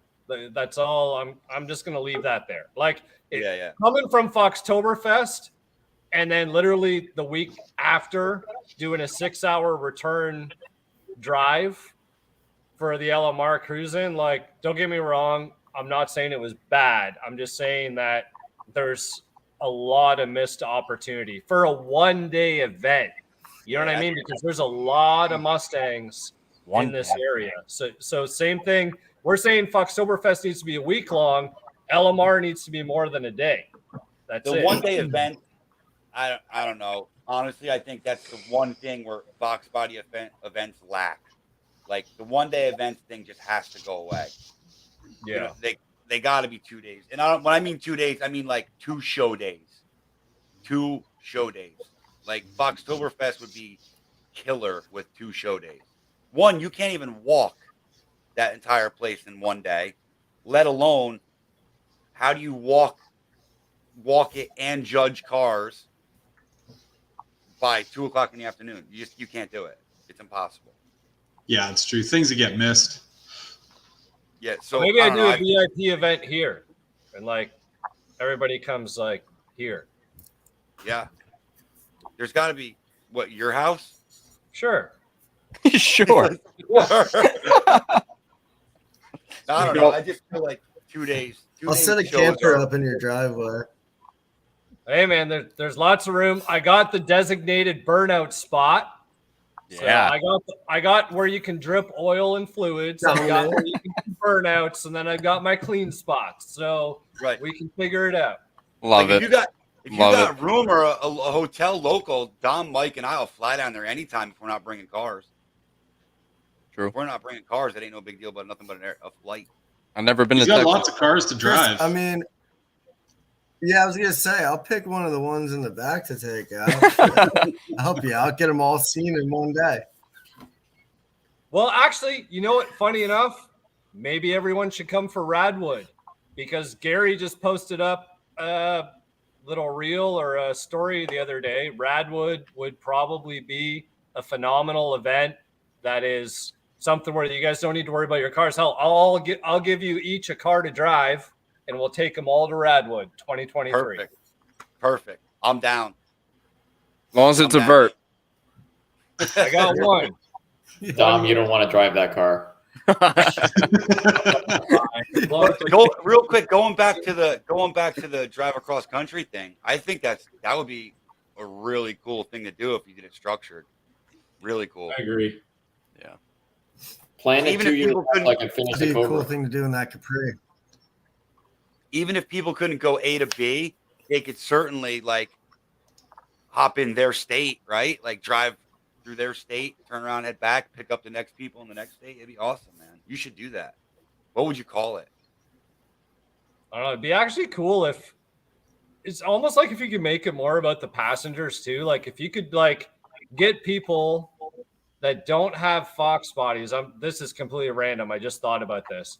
They don't have a Fox yet, but it's almost like you could relay passengers or co-pilots along the whole way. Like almost like hitchhiking, but like validated people. And you could at least, if the car doesn't make it all the way across, at least the individual does. Let's just do a cannonball run, bro. Yeah, I was just gonna say Put in a cannonball. pot, winner take all. Yeah. Gary's already got the video. Cannonball run. Yeah. We could do Right? we could do the power tour. That would be sick. Real sick. It would be cool to do it with a bunch of Foxbodies. Yeah. You know, and that Radwood. So, like, I'll admit this whole Radwood thing is news to me. I didn't know anything about it before, but like, it's got Foxbody written all over it because, you know, it's 90s, 80s, 90s stuff. Everything about it. People are dressing up, and we lost Steve-O for good. Yeah, he gives up. Oh man. Going in the towel. When is Radwood, Chris? They do a bunch of them apparently. I want to say it is April. It was the same weekend as the Lone Star Roundup. So you could actually, if you're really good and efficient, you can do both shows real quick because the Roundup is phenomenal. It's like all your old school low rider, custom hot rods. Actually, Jordan came the one year, and like all the women dress up like in pinup girl status and everything else. Like it's pretty badass. And then I'm in. Count me in. Yeah, Big You swap. don't need to say you got me. You sold me right there. It's been great. I'm on my way. And lots of beer. Yeah. So That's one cool, thing, actually, another thing that I want to say that I think is important is that Mike, your better half wasn't there, and Jordan, we need to find you a better half. But Gary, I know Gary's better half would have had a phenomenal time, but that was one other thing that I think was so important about the Foxblock is that our better halves had an amazing time, and it was sort of like, oh, if we had known this was going on, we would have invited them to come along. Yeah. Like it was such. I think that was really cool to like share the experience. It wasn't just like, oh, you just go ahead and go do that car show and whatever. Like, all of our supporters, I think, had a phenomenal time. Chris, they have group text. Like they talk more than we do. Yo, legit. Legit. Mary had more fun than I did. You can hear them in the background in Gary's videos at the Airbnb, and they're just like, da-da-da-da-da-da-da. Yeah, they're having a blast. And I That was think a hard- Dude, Mary should get her own trophy for riding around in that thing with the top down. It was freaking freezing. Oh, I It know. was. We got the Well, although God. Mary needs to work on her traffic signals with her arms. Because how Oh, many yeah. times Oh, did you yeah. stop? It was like, Tom, your signal light's on. Right? Yeah, they're telling me to Pull pull over. over. Almost caused an accident. My man's sticking his head out like, yo, what are you doing? I had no idea what you were saying. It looked like pull over to me. Guy, you're the only guy I know that rides with a signal on everywhere you go. Because Hey. the Holly, right? I was driving this thing No, back that's an from the old show, man thing. and I'm signaling, and I can hear the signal clicking. But I'm like, Just Tom, rolling shut around up with on it. the dash. He's like, well, that's because we're on version 672 of however many goddamn gauges I want to put on this Holly dash at one moment in time, right? I'm like, well, I just want signal lights. I don't give a shit about anything else. So if you're on depending on what screen you are on with the 12.3, Yeah. it either shows it or doesn't show it. And I was on a certain display the whole show. Yeah. So when I hit the blinker, it doesn't show that it's on. Yeah. I forget that it's on. I think Mary was He was texting rocking Aaron around too. the display with my face on the back. And around where I live, I don't even use blinkers. Like we don't need blinkers up here. Be lavish. That would I be didn't even awesome. have brake lights for like 2 days. Oh yeah, Mike didn't. Mike had no brake lights. We almost crashed on the highway. That's my only request for next I had year. no clue. No clue. My only look who it request is. for next year is that Mike brings a oh, different trailer. he's trying. I keep him. Oh, there he is. I'm trying again. That wasn't bad. Come on, this one was all right. What'd you say, Tom? My only request next year is Mike finds a different trailer to bring. That's all Oh, I the need. trailer thing. Yeah. Hey, my trailer made it just fine. All right, let's not bust my trailers. I'm waiting So for the weird. I'm waiting for the At U-Haul least no sponsor. boards. Actually, Nah, I got nah, Jordan. Do you think nah. you're gonna I have mean, a car ready for U-Haul Foxbody? trailers aren't bad. For next year, I don't know. There's been some stuff going on, and I guess it hasn't really been. I haven't really spoken about it a whole lot outside of the group, but I've been working on a lot of stuff in the background that has taken me away from working on the car. And I'm planning to be relocating permanently to Texas next year. So I've been doing a lot of house renos and a lot of things that's kind of kept me really, really busy. I haven't been out in the shop to be able to work on Project Zero at all. I would like to get back to it and hopefully by the end of the year, at least get it as a roller. I feel like once I get it at that point, the rest of it would probably come together fairly quick. It would be real cool to have it for next year. We'll see.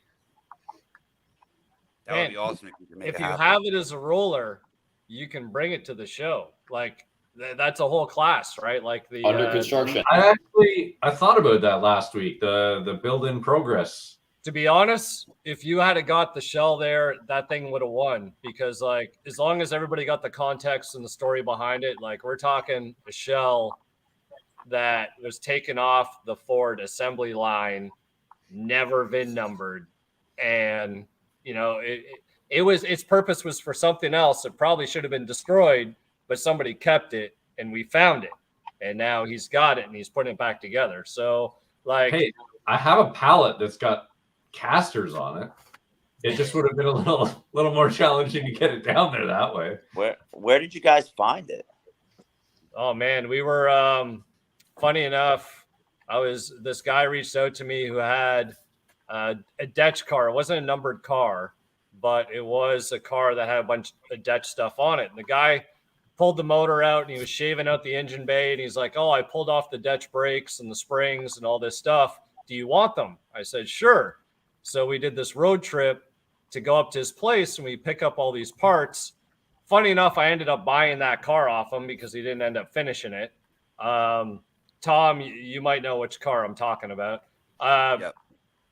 And he's like, well, I know where there's this notchback that was like never like taken off the assembly line, sitting over like, you know, a couple blocks down the road or whatever. And we're like, no way.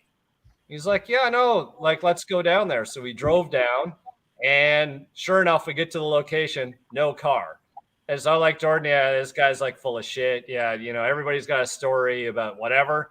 So the guy goes in, he's like, yeah, no, the guy moved the car. And sure enough, we go to this other location a couple blocks away from that, and here is this shell sitting on a trail. I think it was already on a trailer, right, Jordan? At that point, yeah, it was on like a utility trailer almost, or like a landscaping trailer. Yeah, Sounds so like the Mike. guy like lost his they didn't want to store it there anymore, it's so in we my looked at trailer. it. Yeah. And sure enough, like, it was just a shell. It's got quarters, it's got fenders, it's got I think the deck lid's on it, but no doors. No, And- no deck lid. It was a shell, fenders, a hood prop, and a parking brake handle. Right. And the weird little the only harness or electrical wiring was the one in the trans tunnel to go to like your transmission hookups. Yeah, it's like this, like 6-inch long harness randomly there. Yeah. So the story is the car was used for carpet fitment, and whoever was doing the carpet fitment, you know, would have had it to do all their stuff. And then again, it probably should have been destroyed or God knows what, but somebody took it. And you can watch all Jordan's videos on his YouTube channel, because they started sectioning out the floor because we're going to do like through floor subframe connectors and all that stuff. So Jordan's been working on trying to put that all back together, and epoxy primer and actually aeromotive primer and some stuff that'll kill you, but I'm sure that car will never rust. Yeah, aerospace. It's like $1,500 a gallon kit. It's crazy. I'm looking forward to seeing which wheels you go with. You got a pretty good idea, Tom. You threw out a pretty good suggestion. Yeah, I think it's going to be sick. Gary's got something here. Yeah. Thanks, Hands teacher. Wait, real quick, before Gary plays anything, I just got to bring this up. He can come back to it and touch on it. Chris, I got to tell you, after Gary drove my car, we got out and it was just, you know, we were not around you. He did say to me, I really like this car without moldings. I did. Okay. Here we So go. before Gary, I know you got your hand up. I'm just going to say this, and I'll make it quick. Tom, we've had the discussion. Put the moldings on. We know. No. Our discussion was moldings off can look better if we come up with the way to eliminate the moldings on the bumpers, which are ultimately the hiccup in terms of keeping the consistency around all the car. So if we can come up with that solution, I agree 100% that moldingless whatever look would give a way more modernized and everything. And we'll we come won't up get with into something. the details. I just right. We'll come up with something, but I just wanted to make that clear that I was told that by your partner in crime. But he was only looking at that section. Like, he wasn't looking at the whole car. He was just, and he was probably saying it. How many beers did he have? How much chew did he go through in his lip? And God knows whatever else, because that guy went missing the whole damn time. It was, where's Gary? That whole adventure. Speaking of chew, how did you get all those cans like imported into Canada? It was like I don't know what you're talking about. All right. We'll just leave that there. I knew this was going to happen with us bloody orangutans. I was going to add a little something to this body in white, because I think, if I remember right, Chris, that you put out a video when you were picking up that SN95 Dutch car, and I think it was part and parcel of George's shell. It was the day we went to look at that SN95 Dutch, and then we continued on and picked up the brakes and then saw my shell. It was all part of the same road trip, actually. Yeah, because I was actually like visiting. It was one of my annual Dubai. I'm visiting, Canada for the summer, and yeah, no, that's when Barney, of all names, who owned the SN95, decided, "Hey, I'm not going to sell you this car. Here's your money back." Oh, right. Which that was a true thing. Like, I didn't make that up. That wasn't like I'm attempting to be like some production stuff. I just happened to have the camera on at that time. The dude was literally like, "Yeah, I'm not selling you this car unless you find me I think he wanted like a triple white Foxbody to like trade or like some weird thing." He's like, "Unless you find me this, I'm not selling the car. Here's your money." I'm like, "You got to be kidding me." So the weirdest dude, and Jordan can attest to it, and so could my cousin Jeff. I think he was with us as well. Odd dude, but I ended up with the car. It took another year or two, but I got the car. Yo, is that a Mandalorian helmet over your shoulder, Lewis? No, I don't only collect cars. I'm a fucking nerd. It's all my Star Wars shit. Oh, and a trooper hat. Yeah, I used to have a friend that would carve custom tikis, and he carved that one there in the corner. It's made out of cypress. There. Really? Yeah, made out of wood? It was when he was making it for me, it was supposed to be 3 feet tall, and he says, "Hey man, I got a problem. I made it a little bit bigger." And I said, "So what? How much bigger are we talking?" He goes, "Well, I was in the garage smoking a lot of pot, so it's 6 feet tall." And I'm like, I don't see the correlation there, but I was like, whatever. So it's one of one. Let's put it that way. That's pretty cool. Not gonna lie. Yeah. We got to wear those things in our trip across America. You I'm all can't about see that. shit I'll in do those that. things. Yeah, the ones up there on the No, shelf. we gotta. You can't see shit in those things. What were you gonna say, Mike? No, Michael? did everybody drift cart drift big wheel thing I sent for our next Foxblock or no? Yeah, I saw it. It was like a video. It was like video of like 20 guys in like the big wheels with gas engines just cruising around their house. It's like it's our Foxblock. It looks like fun. Project right there. Might be a little easier on the driveway. Yeah, without a doubt. I'm honestly super excited. I'm honestly really excited for the next one, to be honest. I think the next time, because we experienced the first one the way we did, I think, and everyone knows everyone better now, I think the next time around, it would be even better, even more fun. We weren't even going to go next year. Yeah, I mean, it was up in the air, right? Yeah, because me and my fiance get married in September, Yeah. so Honeymoon. Sure. Yeah. There you go. You already told her, right? The honeymoon's at Foxtoberfest? Yep. Already told her. So hold on here, Dom, because I mean, we were kind of meeting as the show occurred, right? Didn't know each other prior to that, and we've been whatever, like pen pals ever since. Did you ask Mary to marry you pre-Foxtoberfest or post? Pre. So just engaged. Yeah, just engaged. How far in? We got engaged actually in June of this year.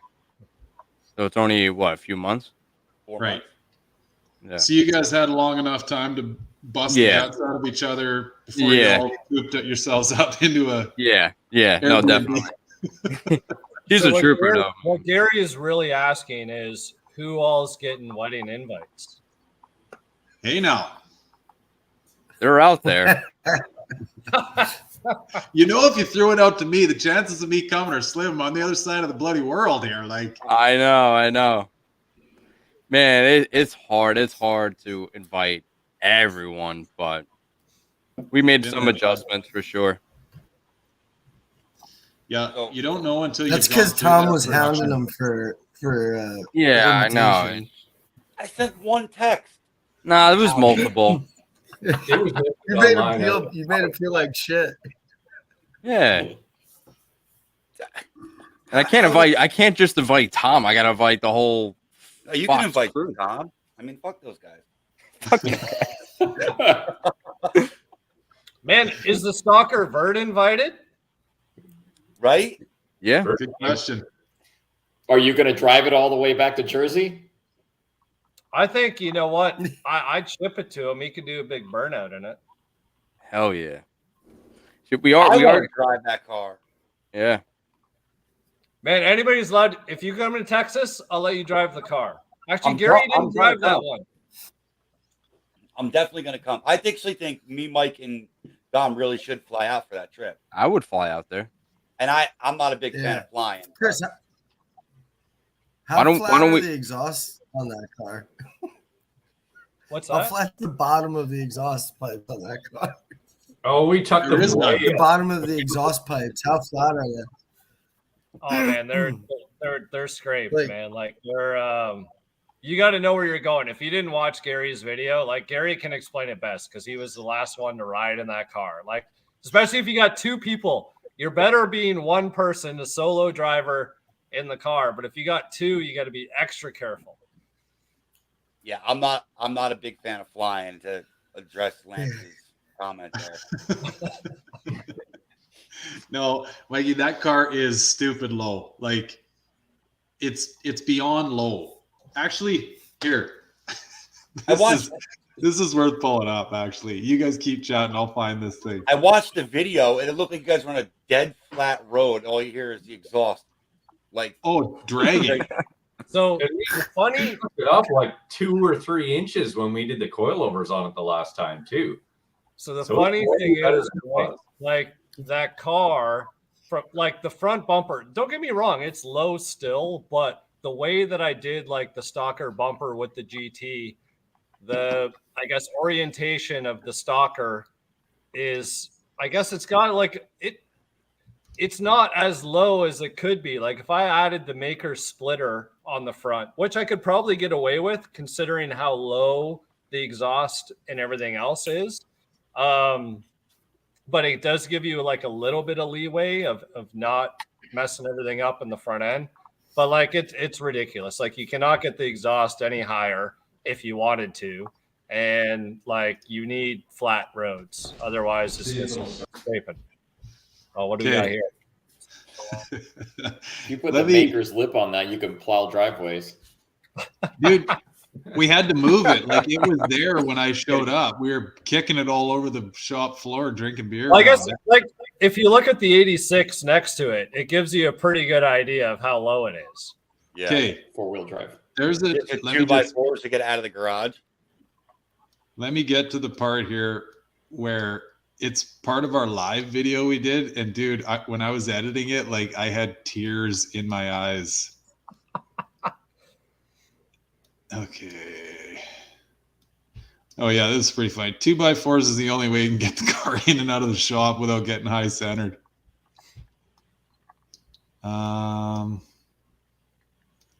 Okay. Look how good that trunk looks. Oh, dude. Here we go.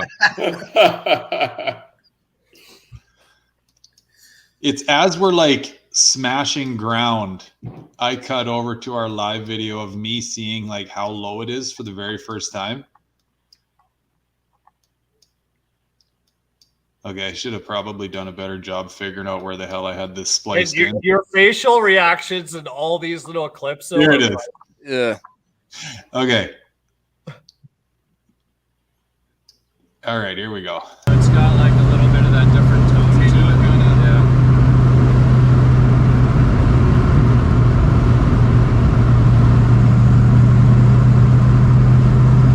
Yeah, for how low this thing is, like I can't believe we're not hitting more.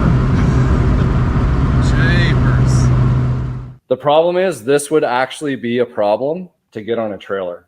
Like, I don't know if you can look underneath. Like, if you actually see where the H pipe is. Oh, come on. That is unreal. Yeah. Like, you can't get any lower. On a static drop, No. it's impossible. I'm telling you guys, it is not easy.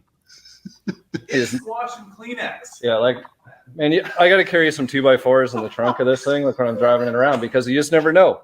You might have that bump, and like you might have to clearance it. And Oh my if I do drive it, those wheels do turn. And then we are running to 285. Oh, dude. I think that's the car that needs to come to Foxtoberfest next year. Yeah. Tom, I need a trailer. you can't get a finger between the shop floor and the H pipe Really? at all. Like you could not slide your fingers in there. It's silly. I wonder if you could just have an oval one made, if that would make a difference. Well, it'd help.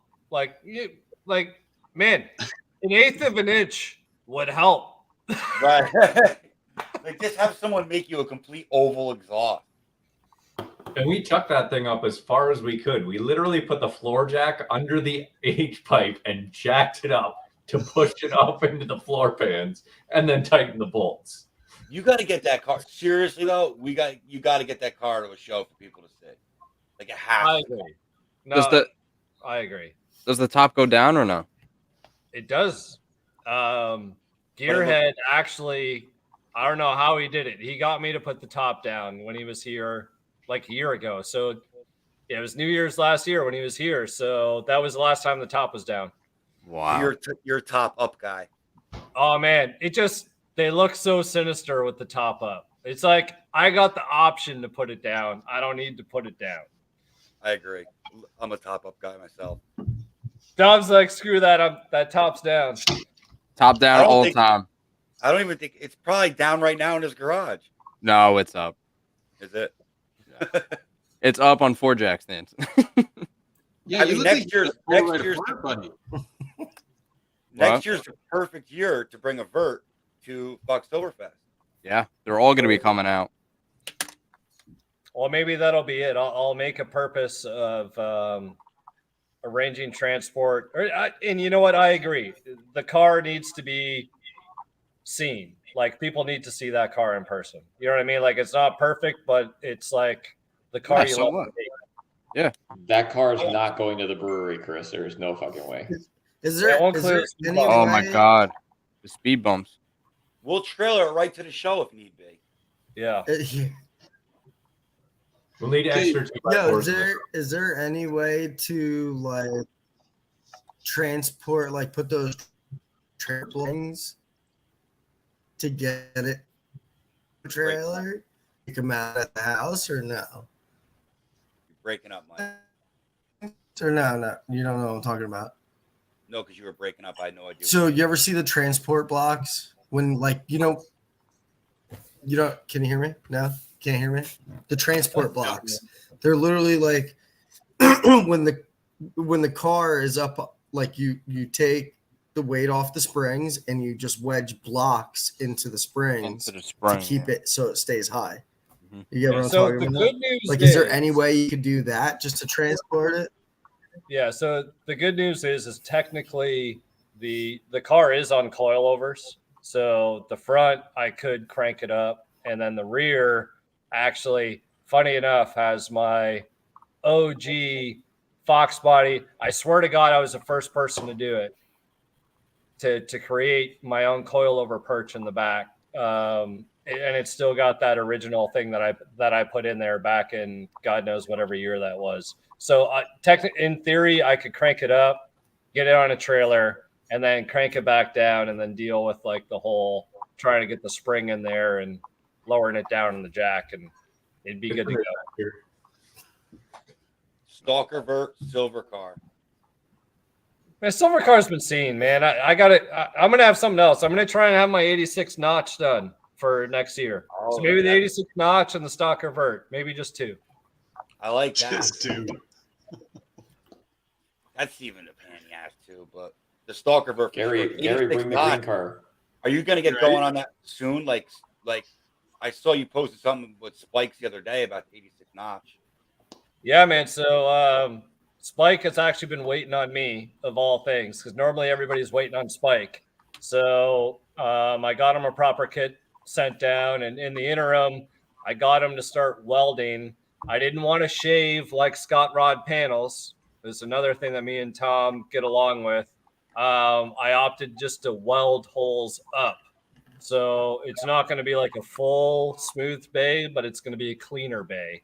And I'm hoping to get there first thing in the new year and maybe put some hours in with Spike and just make sure that everything is 100% the way that I want it.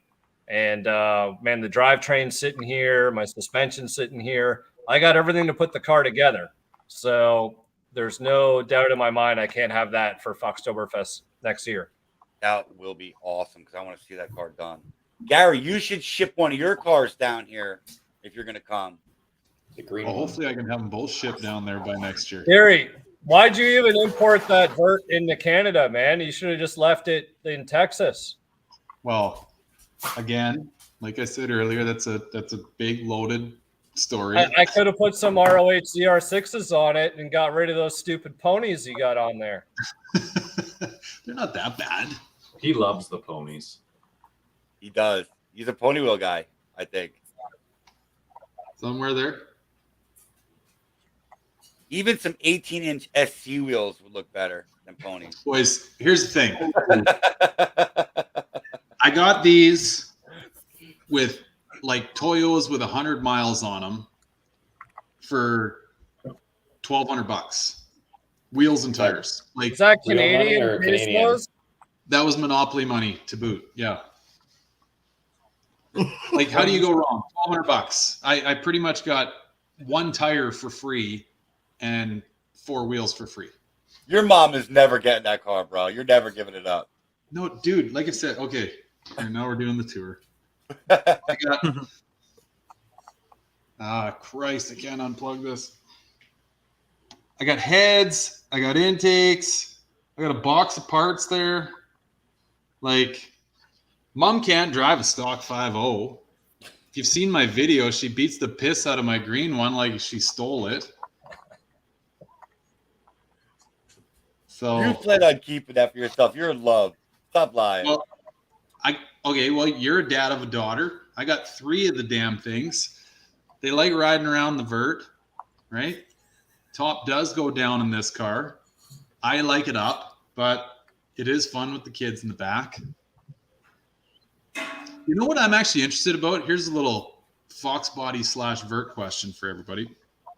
All the pictures I post of 3 girls in the back of this car, and nobody ever asked me how the hell they... There you go. Boy. That's the wheels for that car that Chris is holding up right now. Oh, yeah. Ooh, send those over, bud. Yeah, Gary, you're going to have to play Little Spoon a lot to get those. He's not ashamed. Hey, we spent time in Montana, Wyoming, Utah.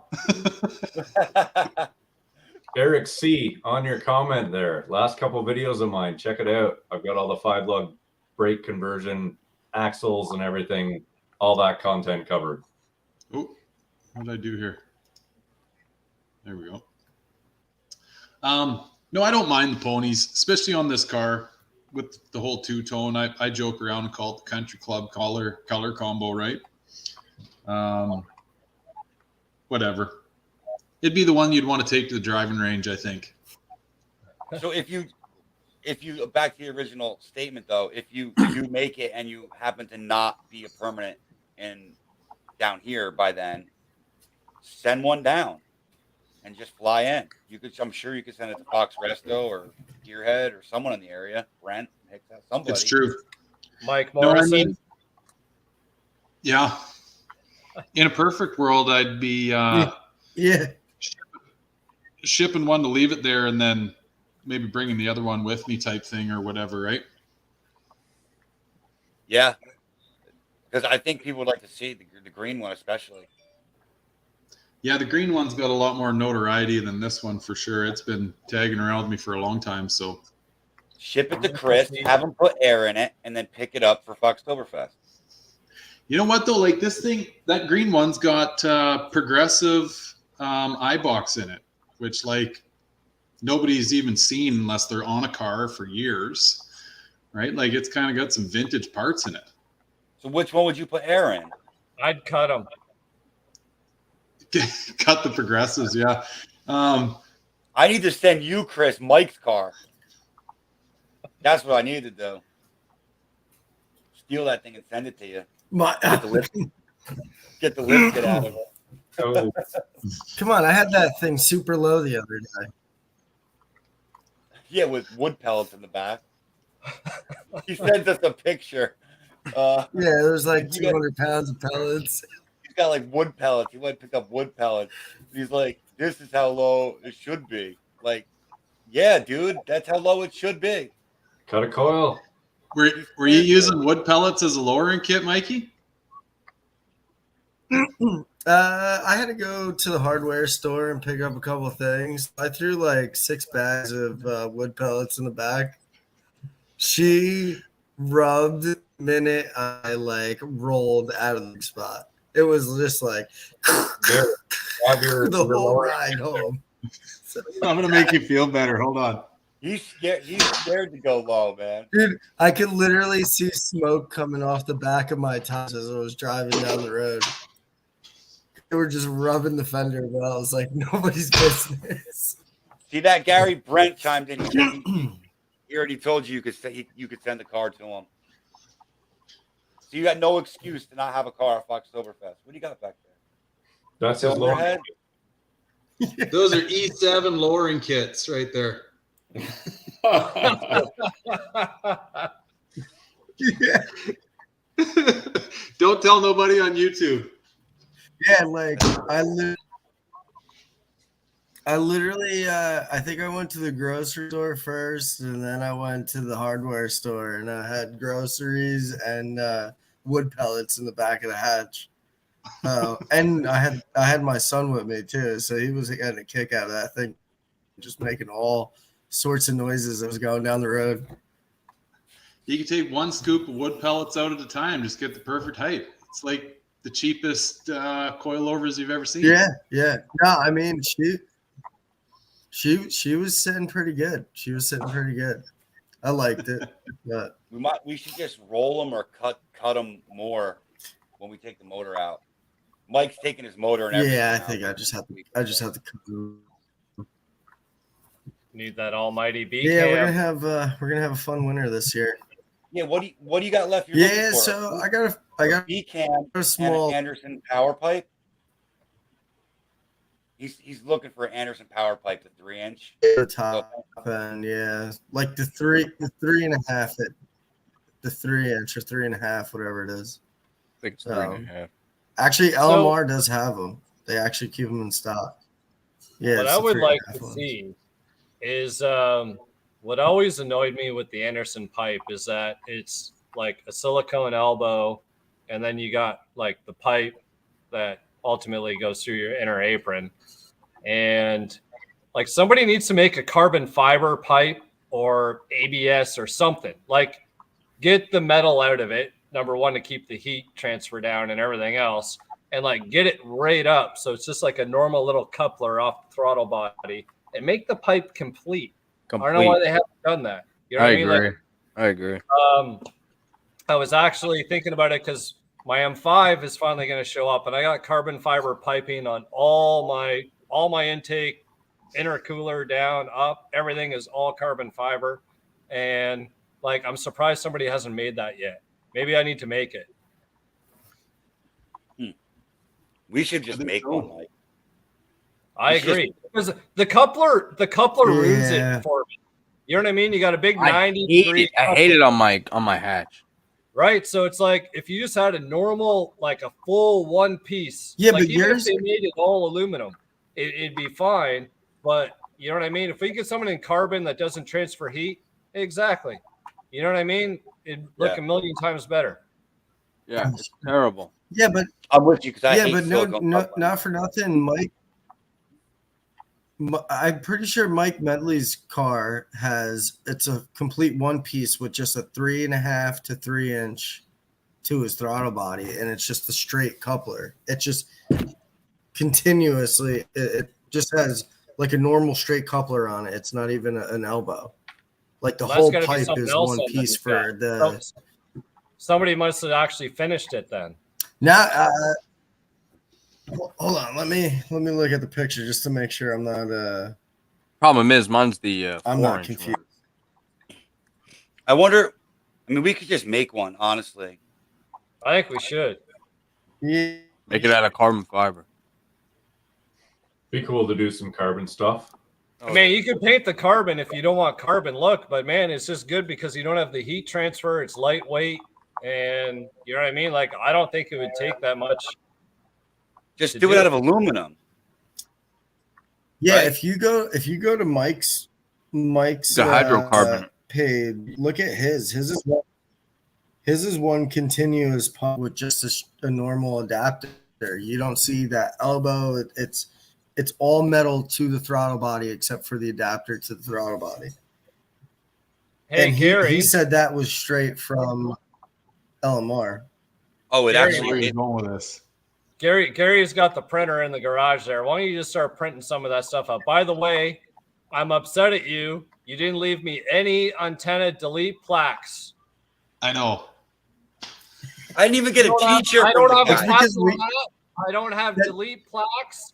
I don't have anything. This guy came. I traveled with him all this way, and he left me with nothing. He must have got sick of you. Did you get a T-shirt?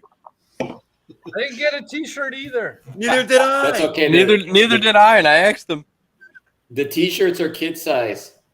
He did hook me up with his antenna delete for the fender. Hey, Dom. How's Yeah, Mary I got liking one the too. Sorry, guys. She loves it. She wears it still every wearing it day. Every day, nice. Chris. One sec. What were you I knew saying, she'd Chris? love it. She loves that sweatshirt. Oh yeah, that's see good. it? But there's still a weld in there. That should be like one solid straight piece. One solid. I would sand that and Oh, smooth it one solid piece. so you don't see the weld. Yep. I don't know how you're going to force aluminum into one solid piece like that. That's but why you do the carbon fibre. church it up. Well, so like if I end up getting one of those, I want to just powder coat it black, just like my intake I have now. But So that's why you we know, get it's you not the a bad carbon idea. Just fibre. maybe sanding that weld down. We got to get your I car thought it was lower. Chip and Faber. Oh, there you go. Lower. Yeah. The car needs to go lower. That's my main goal. I want to get it Well, lower. the main goal right now is pulling that engine out, getting that busted bolt for the motor out of it, and just fine tuning a couple things. So, actually, speaking of engines out, I don't know. Have Chris, some Gary, fun with you it this know? winter. You know that Dom, his engine is about 1,000 pieces right now being ripped out of the red vert. Okay. I saw some weird stuff going on, like disaster stuff. We're close. We're close. And it was funny as we were watching that little clip, and I was just like, I'd hate to see him have to take anything apart. Yeah. And here I am. I saw it. It definitely sucks, but I'm just taking my time, and I don't want to scratch anything. But whatever. It is what it is. Got to keep rolling with it. He said to me a text the other day, I'm selling both these cars and buying a GT500. They're both for sale. I did. We all go through those moments. Legit. Mary, Yeah. Like, why are you guarding it apart? I got to fix that oil leak. Oh, I don't know if it's the oil pan or the rear main, but we'll see once I get it out. right.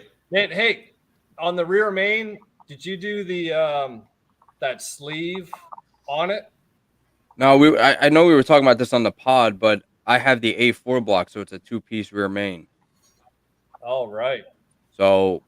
You got all that boost though, man. You need to I know. You need to permatex everything. Oh, I am. Don't worry. It's getting done the right way. Whatever. It is what it is. I mean, when I took the motor apart when I got the car, it seemed like everything was all right. Like normal, no extra silicone. So I thought maybe just offset the seal, put the new oil pan gasket and call it a day. But I guess it's more than that. So yeah. I think I got some issues myself. That Remember that squeak in the clutch, Gary? And I told you Yep. the pedal wasn't retracting all the way. Gave out completely. Oh, So, yeah.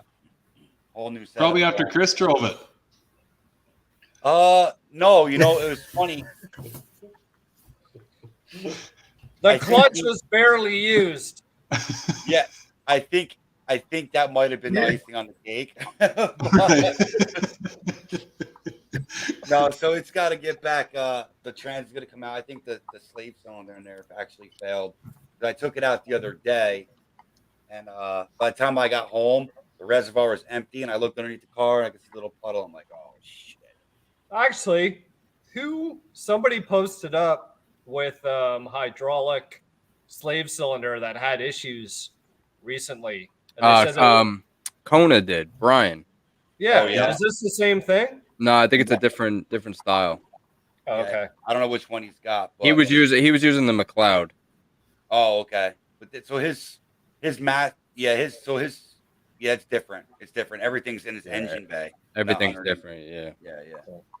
But I don't know. We'll see what happens. I'll keep you guys posted on that. So my trans got to come out too. But whatever. I'll go with Willwood or something if it's something bad. That thing, it was only like 50 miles. Yeah. Yeah. It did feel good. I mean, it just. Oh, when it works, it feels awesome. It's just a matter of perfecting it. Like I've never had one before, never put one in before. So, I mean, it's brand new to me. You know what I mean? But 50 miles on your car of letting everybody else drive it's like 1,500 miles of normal driving. And like real talk. Like we put the new turbo in, we put the new rear end, the new suspension, and I told Jeff to drive the car really hard with the new turbo before I took the Foxtoberfest, because if it was going to break, I wanted it to break here. So he beat the living shit out of the car. I know he did. Right. It's funny, right? Like when it's like the testament of power. Like even like my M5, my clutch worked good, my slave worked good, everything worked good. Then I boosted it and I tuned it, and then all of a sudden it's like, oh, the clutch doesn't like this. The slave doesn't like this. My plenum doesn't like all the boost displaced across the top of it, and I'm gonna blow up a bunch of those. Like, it's part of the game, man. Yeah, the way it is. It's part of the game. But that's why me and Mike got this Capri that we haven't talked about too much. Mike and I heard about the Capri. The Capri of like the ex-girlfriend's dad, had this car and didn't even realize he had that car, and 20 years later still had the car. And I don't know if that's the right story, but like, it's similar. I remember it. Yeah, it's close to that. Similar. But we got a 79. Yeah, that thing's gonna be sweet. $250. So I'm excited to build that thing.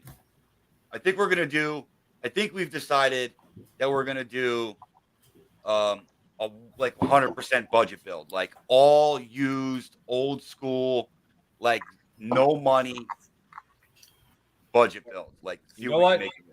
Those are the best. Whatever the expectations are down here, and that way it's like when push comes to shove, and you're just like, why is this car lasting so long? Why is nothing breaking?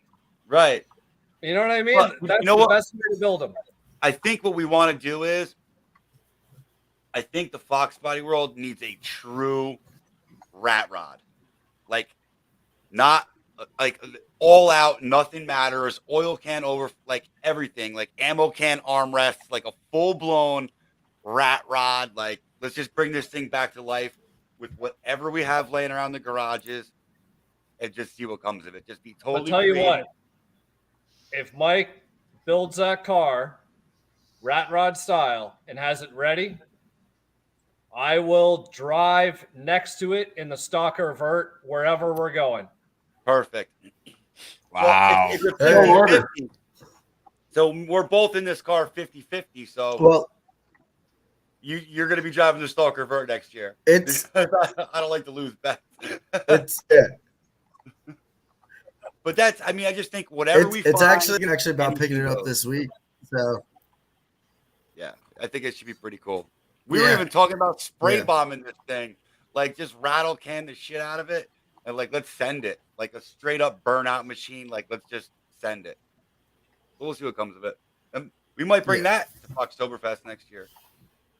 I think, if we can. That's sweet, dude. I mean, some of these because the interior on that car, it's mint. Sorry. Go ahead, Mike. Yeah. No, I was saying the interior on that car is like, it's cleaner than my interior. Like it really is. What color is it? It's like spotless. Black. All black. What year is the car? 79 RS. Oh, so it's not the bubble. No, I would not have a bubble. I would not have a man. bubble. Okay. No. Yeah, no. No. Listen, I'll say it right here. If I had a Capri with a bubble, I would smash it live on YouTube for you. I can't. I'm not a bubble hat guy. No offense. If anyone is, I just can't do it personally. So if you're interested, I've just run into some miscellaneous 4i, Celine, and Xenon body kit parts. If you're interested. Really? Yeah, with the B303, we can make a deal. Oh, so you're getting a whole Xenon body kit for it? Deal or no deal? You're getting a whole Wait. Yeah. You're getting a whole Xenon kit with it? No, I got it's a mixed match. There's some Celine and Xenon stuff for 4i. Look at Brett's comment. Whoa. Leave the bubble hatches alone. I was waiting for it. I'm surprised he's still in here listening to us yammer along. That poor bugger. Good on him. Brent is an awesome guy, man. Like top shelf. Everyone who's watching, I don't even know how many people watch tonight or in here. It doesn't show me. But if there's anyone still in here, you guys need to go check his channel out. He's a super, super cool dude. Straight up, no BS. Awesome guy. So check Hicks House videos out. And his bubble hatch looks sick. And I will definitely agree on that. I'm not normally a fan, and when I saw that car, oh yeah, it definitely does it for me. He's done a really, really cool job on that one. Yeah, home run. So we even got a name for this car and everything, but I'm not sharing that right now. Like, I'm not going there. But it's gonna be cool, man. I think 100% rat rod. Yeah, not until it's all finished. Yeah, it's gonna be pretty cool. I think you'll like it, Chris. It's gonna be pretty cool. But anything goes, right? I think we need a true one of those in the community. Like anything. Dude, I thought we had this with Josh. I told Josh Josh that he should rat rod it. He can't help it though. Josh can't help it. He's got to bring that car back to. He's got too much OCD. Yeah. Actually, you know what? I got one. So if Jordan, if you don't have your shit together in time for next year in 2023, you need to drive my T-top. Oh God, wear a gas mask. I think it's running on all 8 cylinders, according to Andrew. Now I don't know, but he said it was running really good. He did a burnout in it, and that thing hasn't seen the light of day for 20 plus years. That'll be your next one. You see how far you can get in that car. So what's the equivalent of a tetanus shot for mouse infestation? Because I need about and a gas mask. Yeah, but you can just wear the mask while you're driving. I'll tell you, Jordan, that car. Just put COVID-19 on the back. You'll be fine. Oh, you say you love a venture. That's what there's man up. I mean, dude, that car might be perfect for you because you could actually take one of the T-tops off and your head won't be touching the ceiling. Oh, I'll just give myself a leather. You'll be perfect. Goggles and a giraffe. You can just look out the top of the T-top. He won't be in airplane mode. Dude, I'm gonna get a big stuffed giraffe. I'm gonna get a big stuffed giraffe just so he can be in the passenger seat with him with his head sticking out. That's what I look like in the back of a vert. Yo, Gary's dying right now. Dude, Mary pulled that out of her purse somewhere along the way when we were teasing Jordan about not having service. As we're trying to take pictures of Tom's car and Dom's car beside each other after he won the show and whatever. Anyway, Jordan's like, I got no service. I can't get this going. And Mary's like, Take your phone off of fucking airplane mode. Yo, so here's a funny one, Gary. We took that picture that everyone sends around, like of all of us at the house, right? Yeah. No bullshit. I stood next to Jordan, and right before I took the picture, I hopped up on my tippy toes, so I look so fucking short. So in that picture, I'm like on my tippy toes. And Tom's not a short guy. I'm just a little above the average here. A little bit. Yeah, this is worth mentioning. Like, George's a big boy. He and I were in single beds in the Airbnb, and like George needs a Dutch bed, the ones that are like 7.5 feet long, because the guy's like knees were hanging off the end of it, and his feet were on the ground. Jordan, you want to shout out your channel for David here? Yeah, Notorious Auto Sports on YouTube and Instagram. Check it out. Yeah, he's got some 5-lug stuff on there. I think that just came out this week, right? This past week? Last week and the week before. Got a bunch of different 5-lug stuff on there. So Cobra brakes, 5-lug. Making it happen. Oh, nice. Chris, that video you just put out, speaking of channels, with that young kid buying the car, that's super cool. Oh, man, that caught me by surprise because the dad obviously reached out to me. And, I thought maybe he was actually the driving force behind it. But when they showed up, it was actually his son. Like, genuinely, he was the one that was like looking and interested in pursuing it. And funny enough, they ran the Marty report. That car is a 1-of-1 paint and trim combo. No kidding. Yep. It's awesome. That is cool. Hey, Tommy, can I just add a little bit to what you're already saying for any of those that are still tagging along with us that haven't seen Chris's video yet? That kid's manners need like proper, somebody needs to say something about it, because he is an absolute well-raised child, right? Yes, sir. No, sir. Yep. This is what we're all about here. I don't know. I could go on for hours about this stuff. This is something that society is missing these days, but that's important. Good on his parents. That's important stuff to me. So I'm glad to see a good person, good kid got that car. I'm curious. You got to stay in touch with him, dude. Because I will for sure. No, he started his own Instagram page, and we're in touch. He's already like dropped the fuel tank, and he's already started ripping into everything, which is like super awesome, because sometimes people just buy stuff and it sits there, right? But he hasn't wasted any time.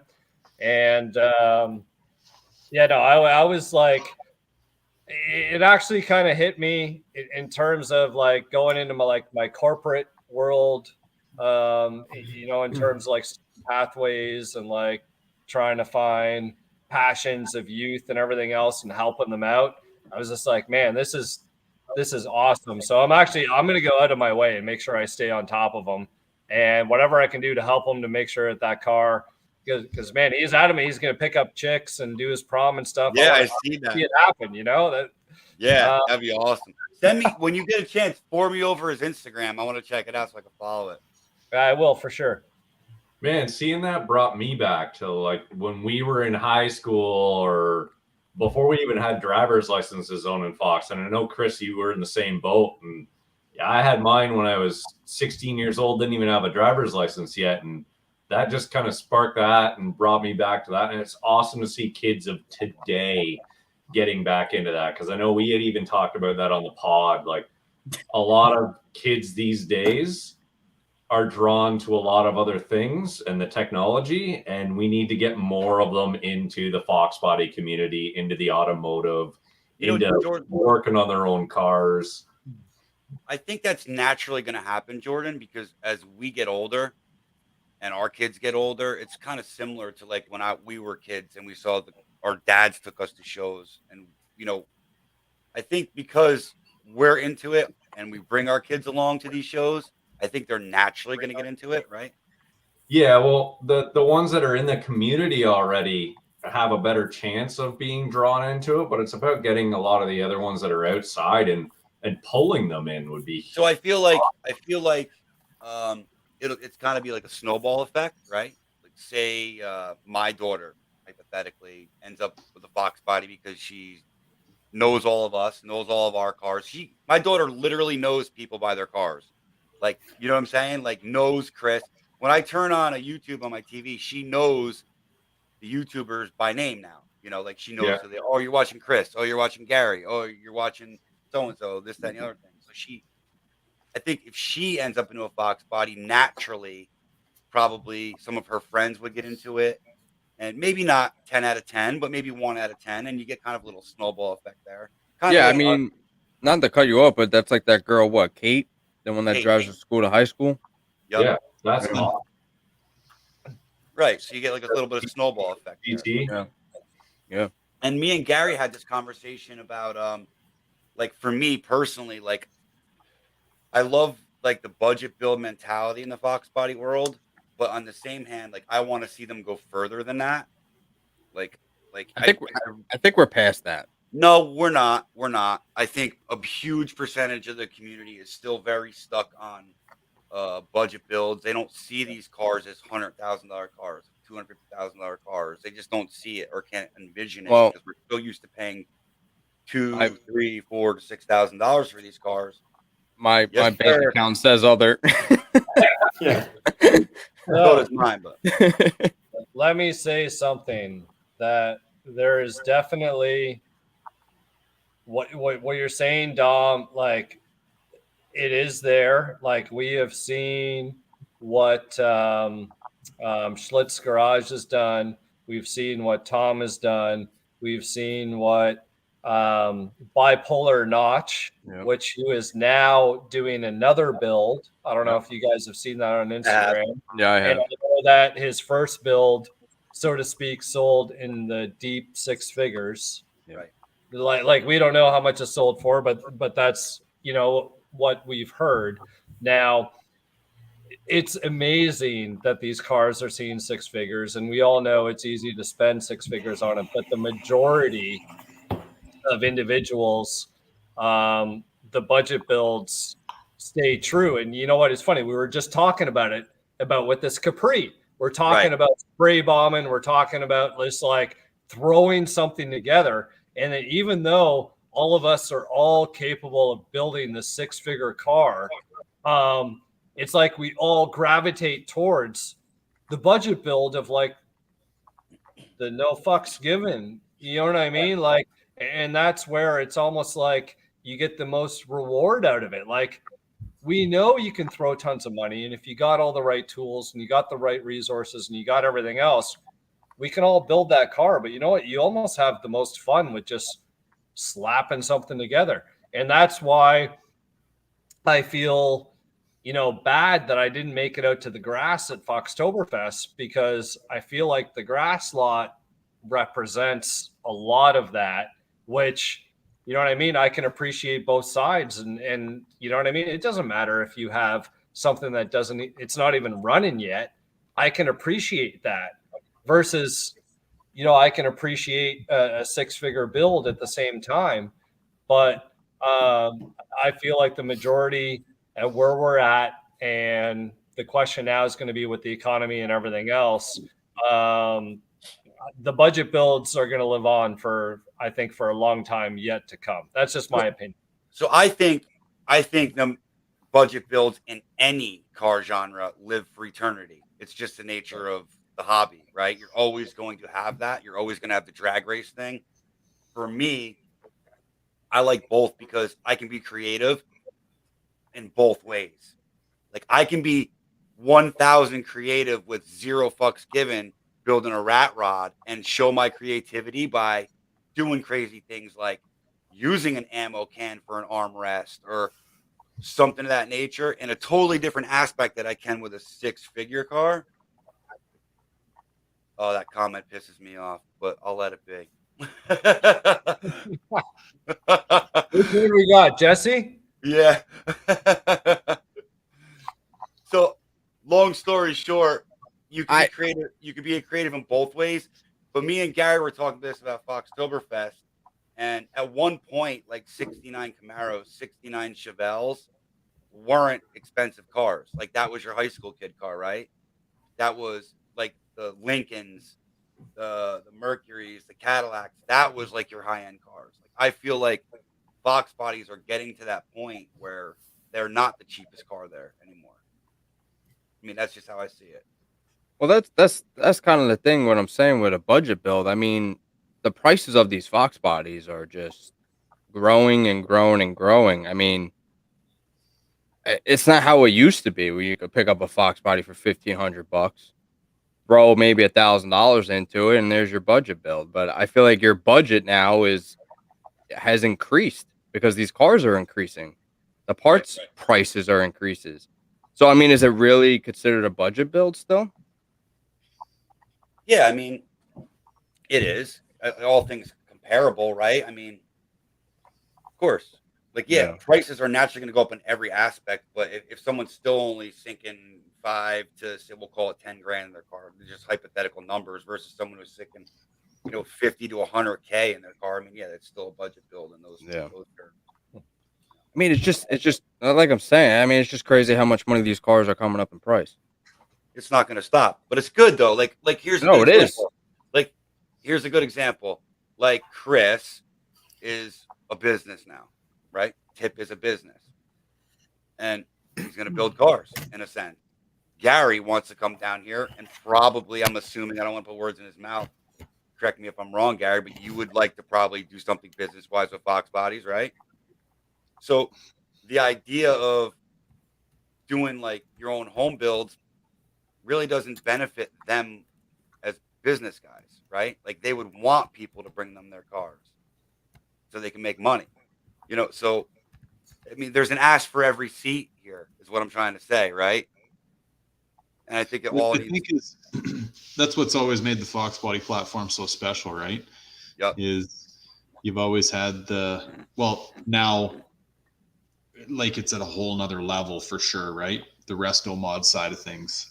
But it's always been that canvas that you can create your dream with, right? Or go to somebody who can help you with that. Totally. Yeah. So yeah, 100%. And I don't think we'll ever lose like just that, standard. Well, like, I don't know, the GT40 stuff, right? Like, I think even for those that are out there, I've done a couple videos on GT40 stuff, and you get some people that are like, what are you talking about, right? Like, for the same money, by the time you've been to the machine shop, you can be all aluminum and this, that, and the other thing. I'm like, no, I get it. But how hard is it to find GT40 stuff laying around anymore, right? Like, there's that side to it as well, or the old letter cams or whatever, right? But it's, for me anyway, like, I think it kind of goes back to the high school thing that yarded us all in there, right? Back when, like, Chris and I joke around all the time about when, your wheels were worth more than your car, or your stereo was worth more than your fucking wheels, and on and on and on, right? That's this, I think, the thing that kind of keeps the fire alive in a lot of people. And it still is that canvas, like, make it what you will. I mean, look at Lewis, right? You've been pretty quiet for a while here, buddy, so I'll try to drag you back in here. But I mean, in all honesty, you got a coupe with a body kit, big no-no, right? Right out of the gate. No wing. With Cobra wheels on it, right? Now, in most people's minds, this is a recipe for disaster. And then you see this car and you go, how could my mind have led me so wrong? Like, there's no disaster at all here. Like, this all looks as it should be. Chris and I, we were talking about this, like, even just with colors of cars. And this is super weird at the same time. You guys know that 92, his name's Zachary, 92 Silver Fox. Yep. He's been kind of blowing up the webs here recently with that silver GT of his. Yeah, that thing's nice. Yeah. Dude, right? It's one of those cars too. And what's interesting about it all, he's posted some pictures where he's kind of photoshopped different colors onto it, and they all look really good. But I mean, this thing in silver, it's like Chris's coupe, like in any other color, it wouldn't be the same car.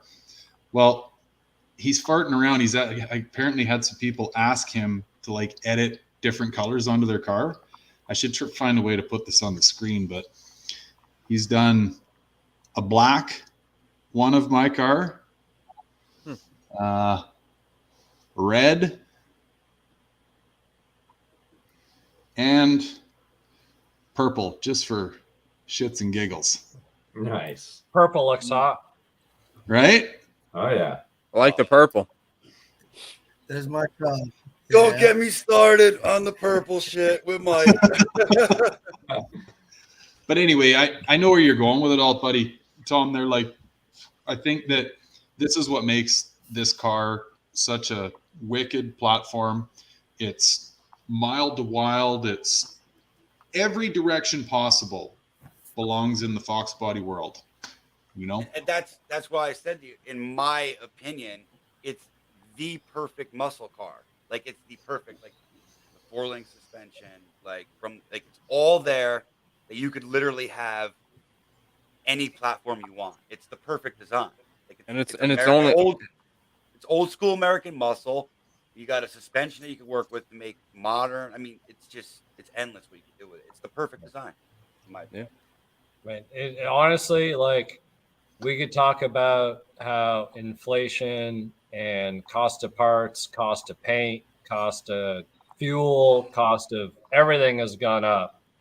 But ultimately, what I said back in the day when I first started getting into Foxbodies, nothing looks as good and goes as fast for the money.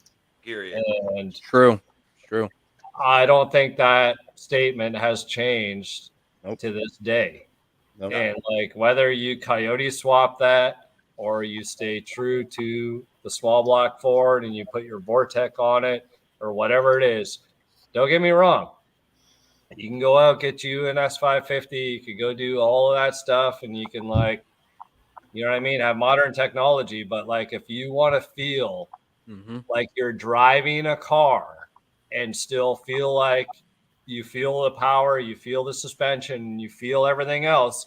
And that is the big, I think, deterrent of the SN95. The SN95 is like that. It was the catalyst that changed everything on the Fox platform. When you drive an SN95 car, you do not feel like you are in a Fox body anymore. It's like driving my Silver Coupe on Air Ride. Yep. It's totally different. You know what I mean? You got comfort, you got luxury, you got this, you got that, you've got, you know what I mean? So it's like that little, and I'm going to say it here on the live, which will be forever out there. I understand the 4i pride guys and all the 4i stuff. And I have a 4i, so I can speak my mind freely and with a clear state of mind. 4i's are cool. People put like this stigma on how extra cool the 4i's are, but I'm sorry. And I said it to Gary the other day. You take that 82 notch that I just sold to that 13-year-old, a one-of-one car, and even say it didn't have, it wasn't sitting for the past 20 years or whatever it is. You take that car, you put it up against a 93 black on black, that Aero car will sell all day long over a 4i car. There is something to be said about 87 to 93, more specifically 90 through 93, that will forever have a special place in automotive history. Of course, and I agree.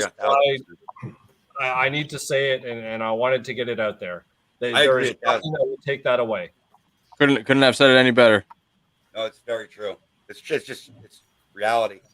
The 4i cars are making a huge comeback, but I feel like, here's what I feel like. I feel like they are a very specific crowd where, like, the Aero cars, especially 90 to 93.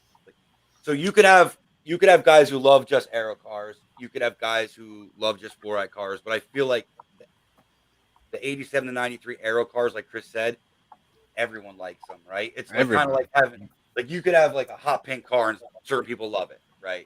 Or you could have a yellow car and other people love it.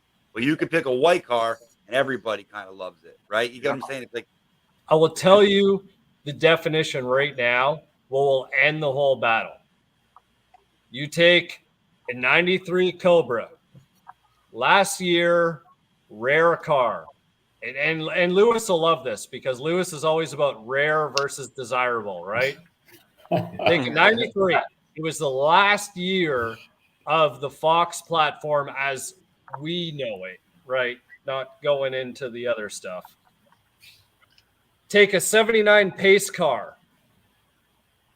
Why does a 79, the first year of that body style, that's a pace car that has all of this pedigree behind it, sell for so little money every time we see them listed for sale, whether they are mint, whether they are modded, whether they are whatever condition?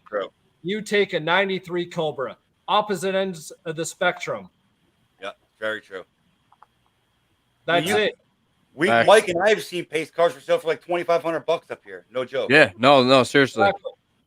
Yeah. And why wouldn't you want a pace car? Like, I want a 79 pace car. You got recliner seats. You got mesh headrests. You got that cool front bumper, the same as the 82, which is the best 4i front bumper that you can get. I do want a pace car, but right It's, now only that dash. And the 4i dash has got to go. No, it doesn't need to go. I disagree. The 4i dash has so much potential. What? Yes, I agree with Tom. I agree too. It's old school. It's And like the center console. And the center everything's console. individual. There's so much there. It's the dash pad that screws it. Honestly, the dash pad and the console screw up the 4i's. It's got so much potential to be stunningly great. Great. Yeah. No, it's true. So much. You just got to look past your face, Lewis. You know what I mean? When you and Mike build the what is that? The Capri. Well, I'll see what you do with the dash there, and let's see if you guys. That's going to be completely different than say if me and Chris teamed up to do a car, because me and Chris team up to do a car, we're going to go way a different direction than Mike and I are going to go with. This Capri is going to be, what can we do with nothing? You know what I mean? I guess I got to build another one. Yes, you do. You already got a rat rod. All the body styles, man. You need a notch back in your life. I do. You already got a rat rod. That's the lead wing up. There we go. It's too late to be listening to you in the saline wing. If you could find me a T-top notch, I might be interested. Man, we can make you that. I know. Mary wants a T-top, so the car would definitely be hers. You know what's funny? Yeah. What is it? I feel like the females like T-tops. Like I feel like she keeps saying it. Grand National. Yeah, Grand National, IROC Z. Carlos. Yeah. Where I see it's makes no sense. Like stick T-tops. I don't know. They do like them. She keeps saying T-top cars. I like T-top cars too. Hey Gary, would Pro rock a T-top? I don't know. I got to go talk to her, see what we're rocking tonight when we hit the wrapper. Beat your head off? Dude, everyone's in bed here. We I mean the top down with her and the top down and the whole 9 yards. It's a bit of a gong show, right? What's even a bit. I mean, I live with all women, and all I got's a male dog, and he's 3/4 retarded. So, like, I'm kind of outnumbered. And, but I don't know. Well, I've never even ridden in a T-top, but I've ridden in a T-top, TA and Camaro, never a Fox. I'll come pick you up in the mouse infested ride, and we can team it up down to Texas. I might have the same problem as my wife, though. My hair will be blowing all over the place. Well, just have to get you some extra hold up. So this is very important for anybody who's still listening or who cares to watch at this point. Right. It is the morning of Foxtoberfest. We are all getting up before the sun is doing its thing. It is pitch black outside. Even Jordan has managed to primp himself, and maybe Jordan primped too long. I don't know what the deal was. We all agreed to leave at a certain time to make sure that we could get to our spots. And where's Gary? He is blow drying his hair. You got to give him credit, though. We all left without him. And that's what I said. I just like, this guy's blow drying his hair. He can catch up. Yeah. And then the worst part was we all left. And I think Laura was like, oh, yeah, Gary came out. He was like taking pictures. He was doing like some like stuff with the GoPro. And she said she got up and she's like, what the fuck is he still doing here? We're all gone. He caught up quick, though. He caught up. He caught up. Yeah. He did catch up. That's for sure. George, for the record, let's clear the air here on the whole bathroom situation, right? Jordan and I are high-fiving in and out of the same bathroom. We've been eating, Bucky's goddamn prime rib sandwiches for the last however long. The shit shower shave program is a little out of control for everybody, right?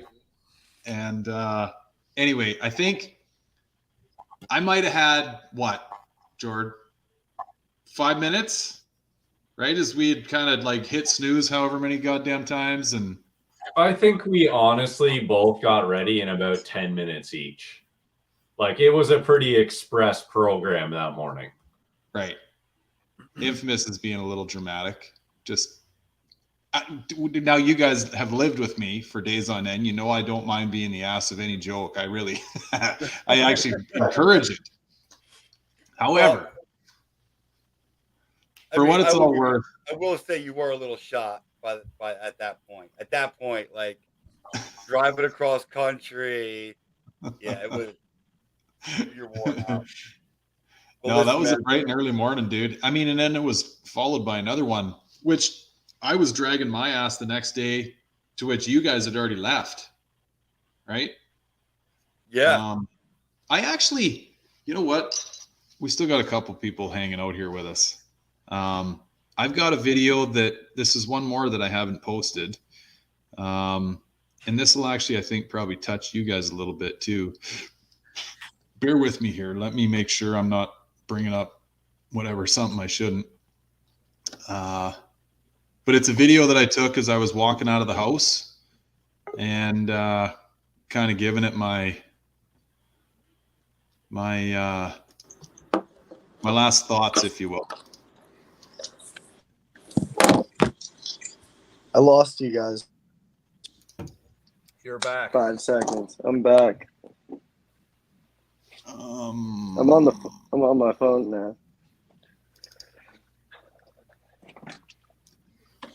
Foxtober. What did I miss? Nothing really. Gary's looking for a video. He's trying not to show us his dick pics. I didn't want to say anything, but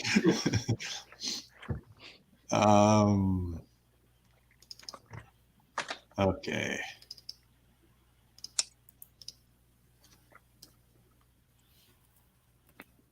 Hit the number.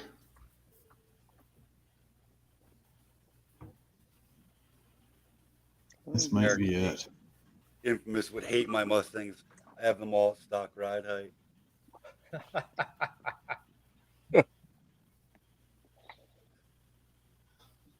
Flex Hill is a must for T-top. Yep. Okay, found it here, folks. 10547. Okay. Video file. This was supposed to be what our whole thing was about, was showing bloody videos like this, but that's on you. Right. Damn, it's almost midnight. Yeah. Yeah. Hey, and what Gary's time looking. zone you're in.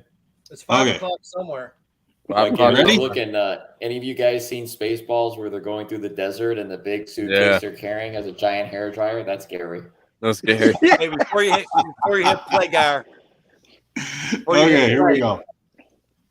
Which morning is this? So this is, you guys had like literally just finished idling. Like this is whatever, Foxtoberfest 4:30 in Saturday the morning. Yeah, following the show. Oh, we just left. Morning, Okay. guys.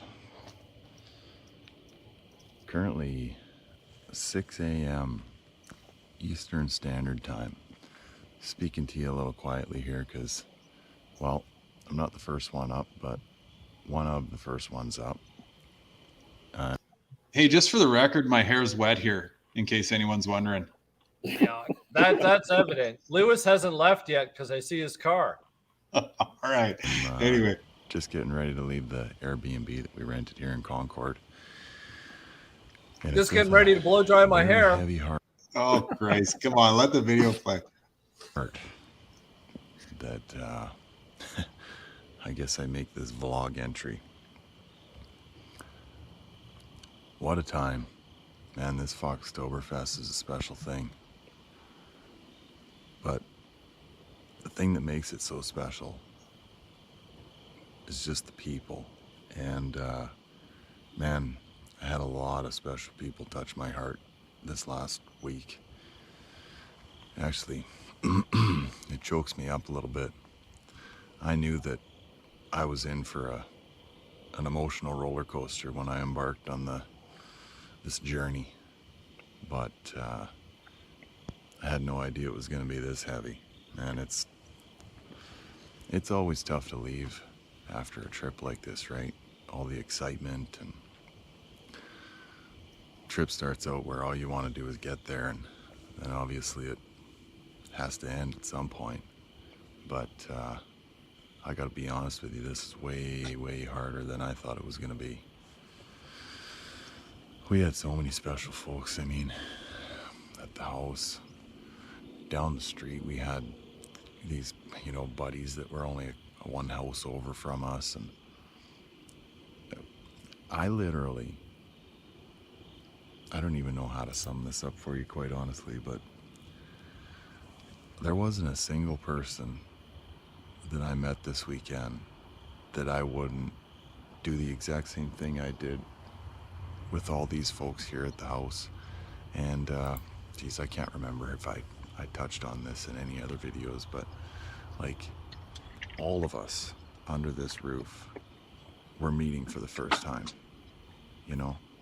like how do you even do that? How do you even have the idea to do that? It just doesn't make sense to know someone or know a big group online and then put a big group under one roof. It just, yeah, it's wild. Oh, I'm just seeing tail lights come down the driveway, so I got an Uber coming. Tom, the War Admiral, his lovely wife and daughter, Aaron and Sam, they're already gone. Calypso Mike, he's gone. Yep, this is totally my Uber. So anyway, guys, last time I'm coming to you from this house, at least for this year, so thanks for tagging along, and man, what a trip. Made myself misty here, gents. Morning, guys. I like that, Gary. That was nice, Gary. Hey, Gary, I have one question. How did you see the taillights if he was coming up the driveway? It was early. It was headlights. Sorry, man, I couldn't resist. I was waiting for somebody to say it. He was backing down. Yeah. He was looking for them burnout marks. Yeah. Well, on that note, gents, it's midnight here. Yeah. And I personally got to get up in like 3.5, 4 hours. I believe Mike does too. So I hate to cut it short or end you guys like that, but you know the deal. Work. It's all good, man. Yeah. Appreciate you being in here, man. And thank you again for letting us joyride your car, for being on here on this pod, and just honestly for being you, man. I appreciate don't know how to summarize it. It's just sort of like Gary just said in that little outro before his Uber's taillights picked him up. But no, man, it's been honest. Like for everybody in here, Foxblock again. Yeah, man. Yeah, dude. Oh, yeah. Yeah, man. Hell yeah. I just want to say before I go too, 24. you know, and then we'll wrap it up. It's not just about the cars to me. You know, we're gonna meet people we like in this community. We're gonna meet people we don't like in this community. And I gotta say, you guys, I feel like I have lifelong friends now. You know what I mean?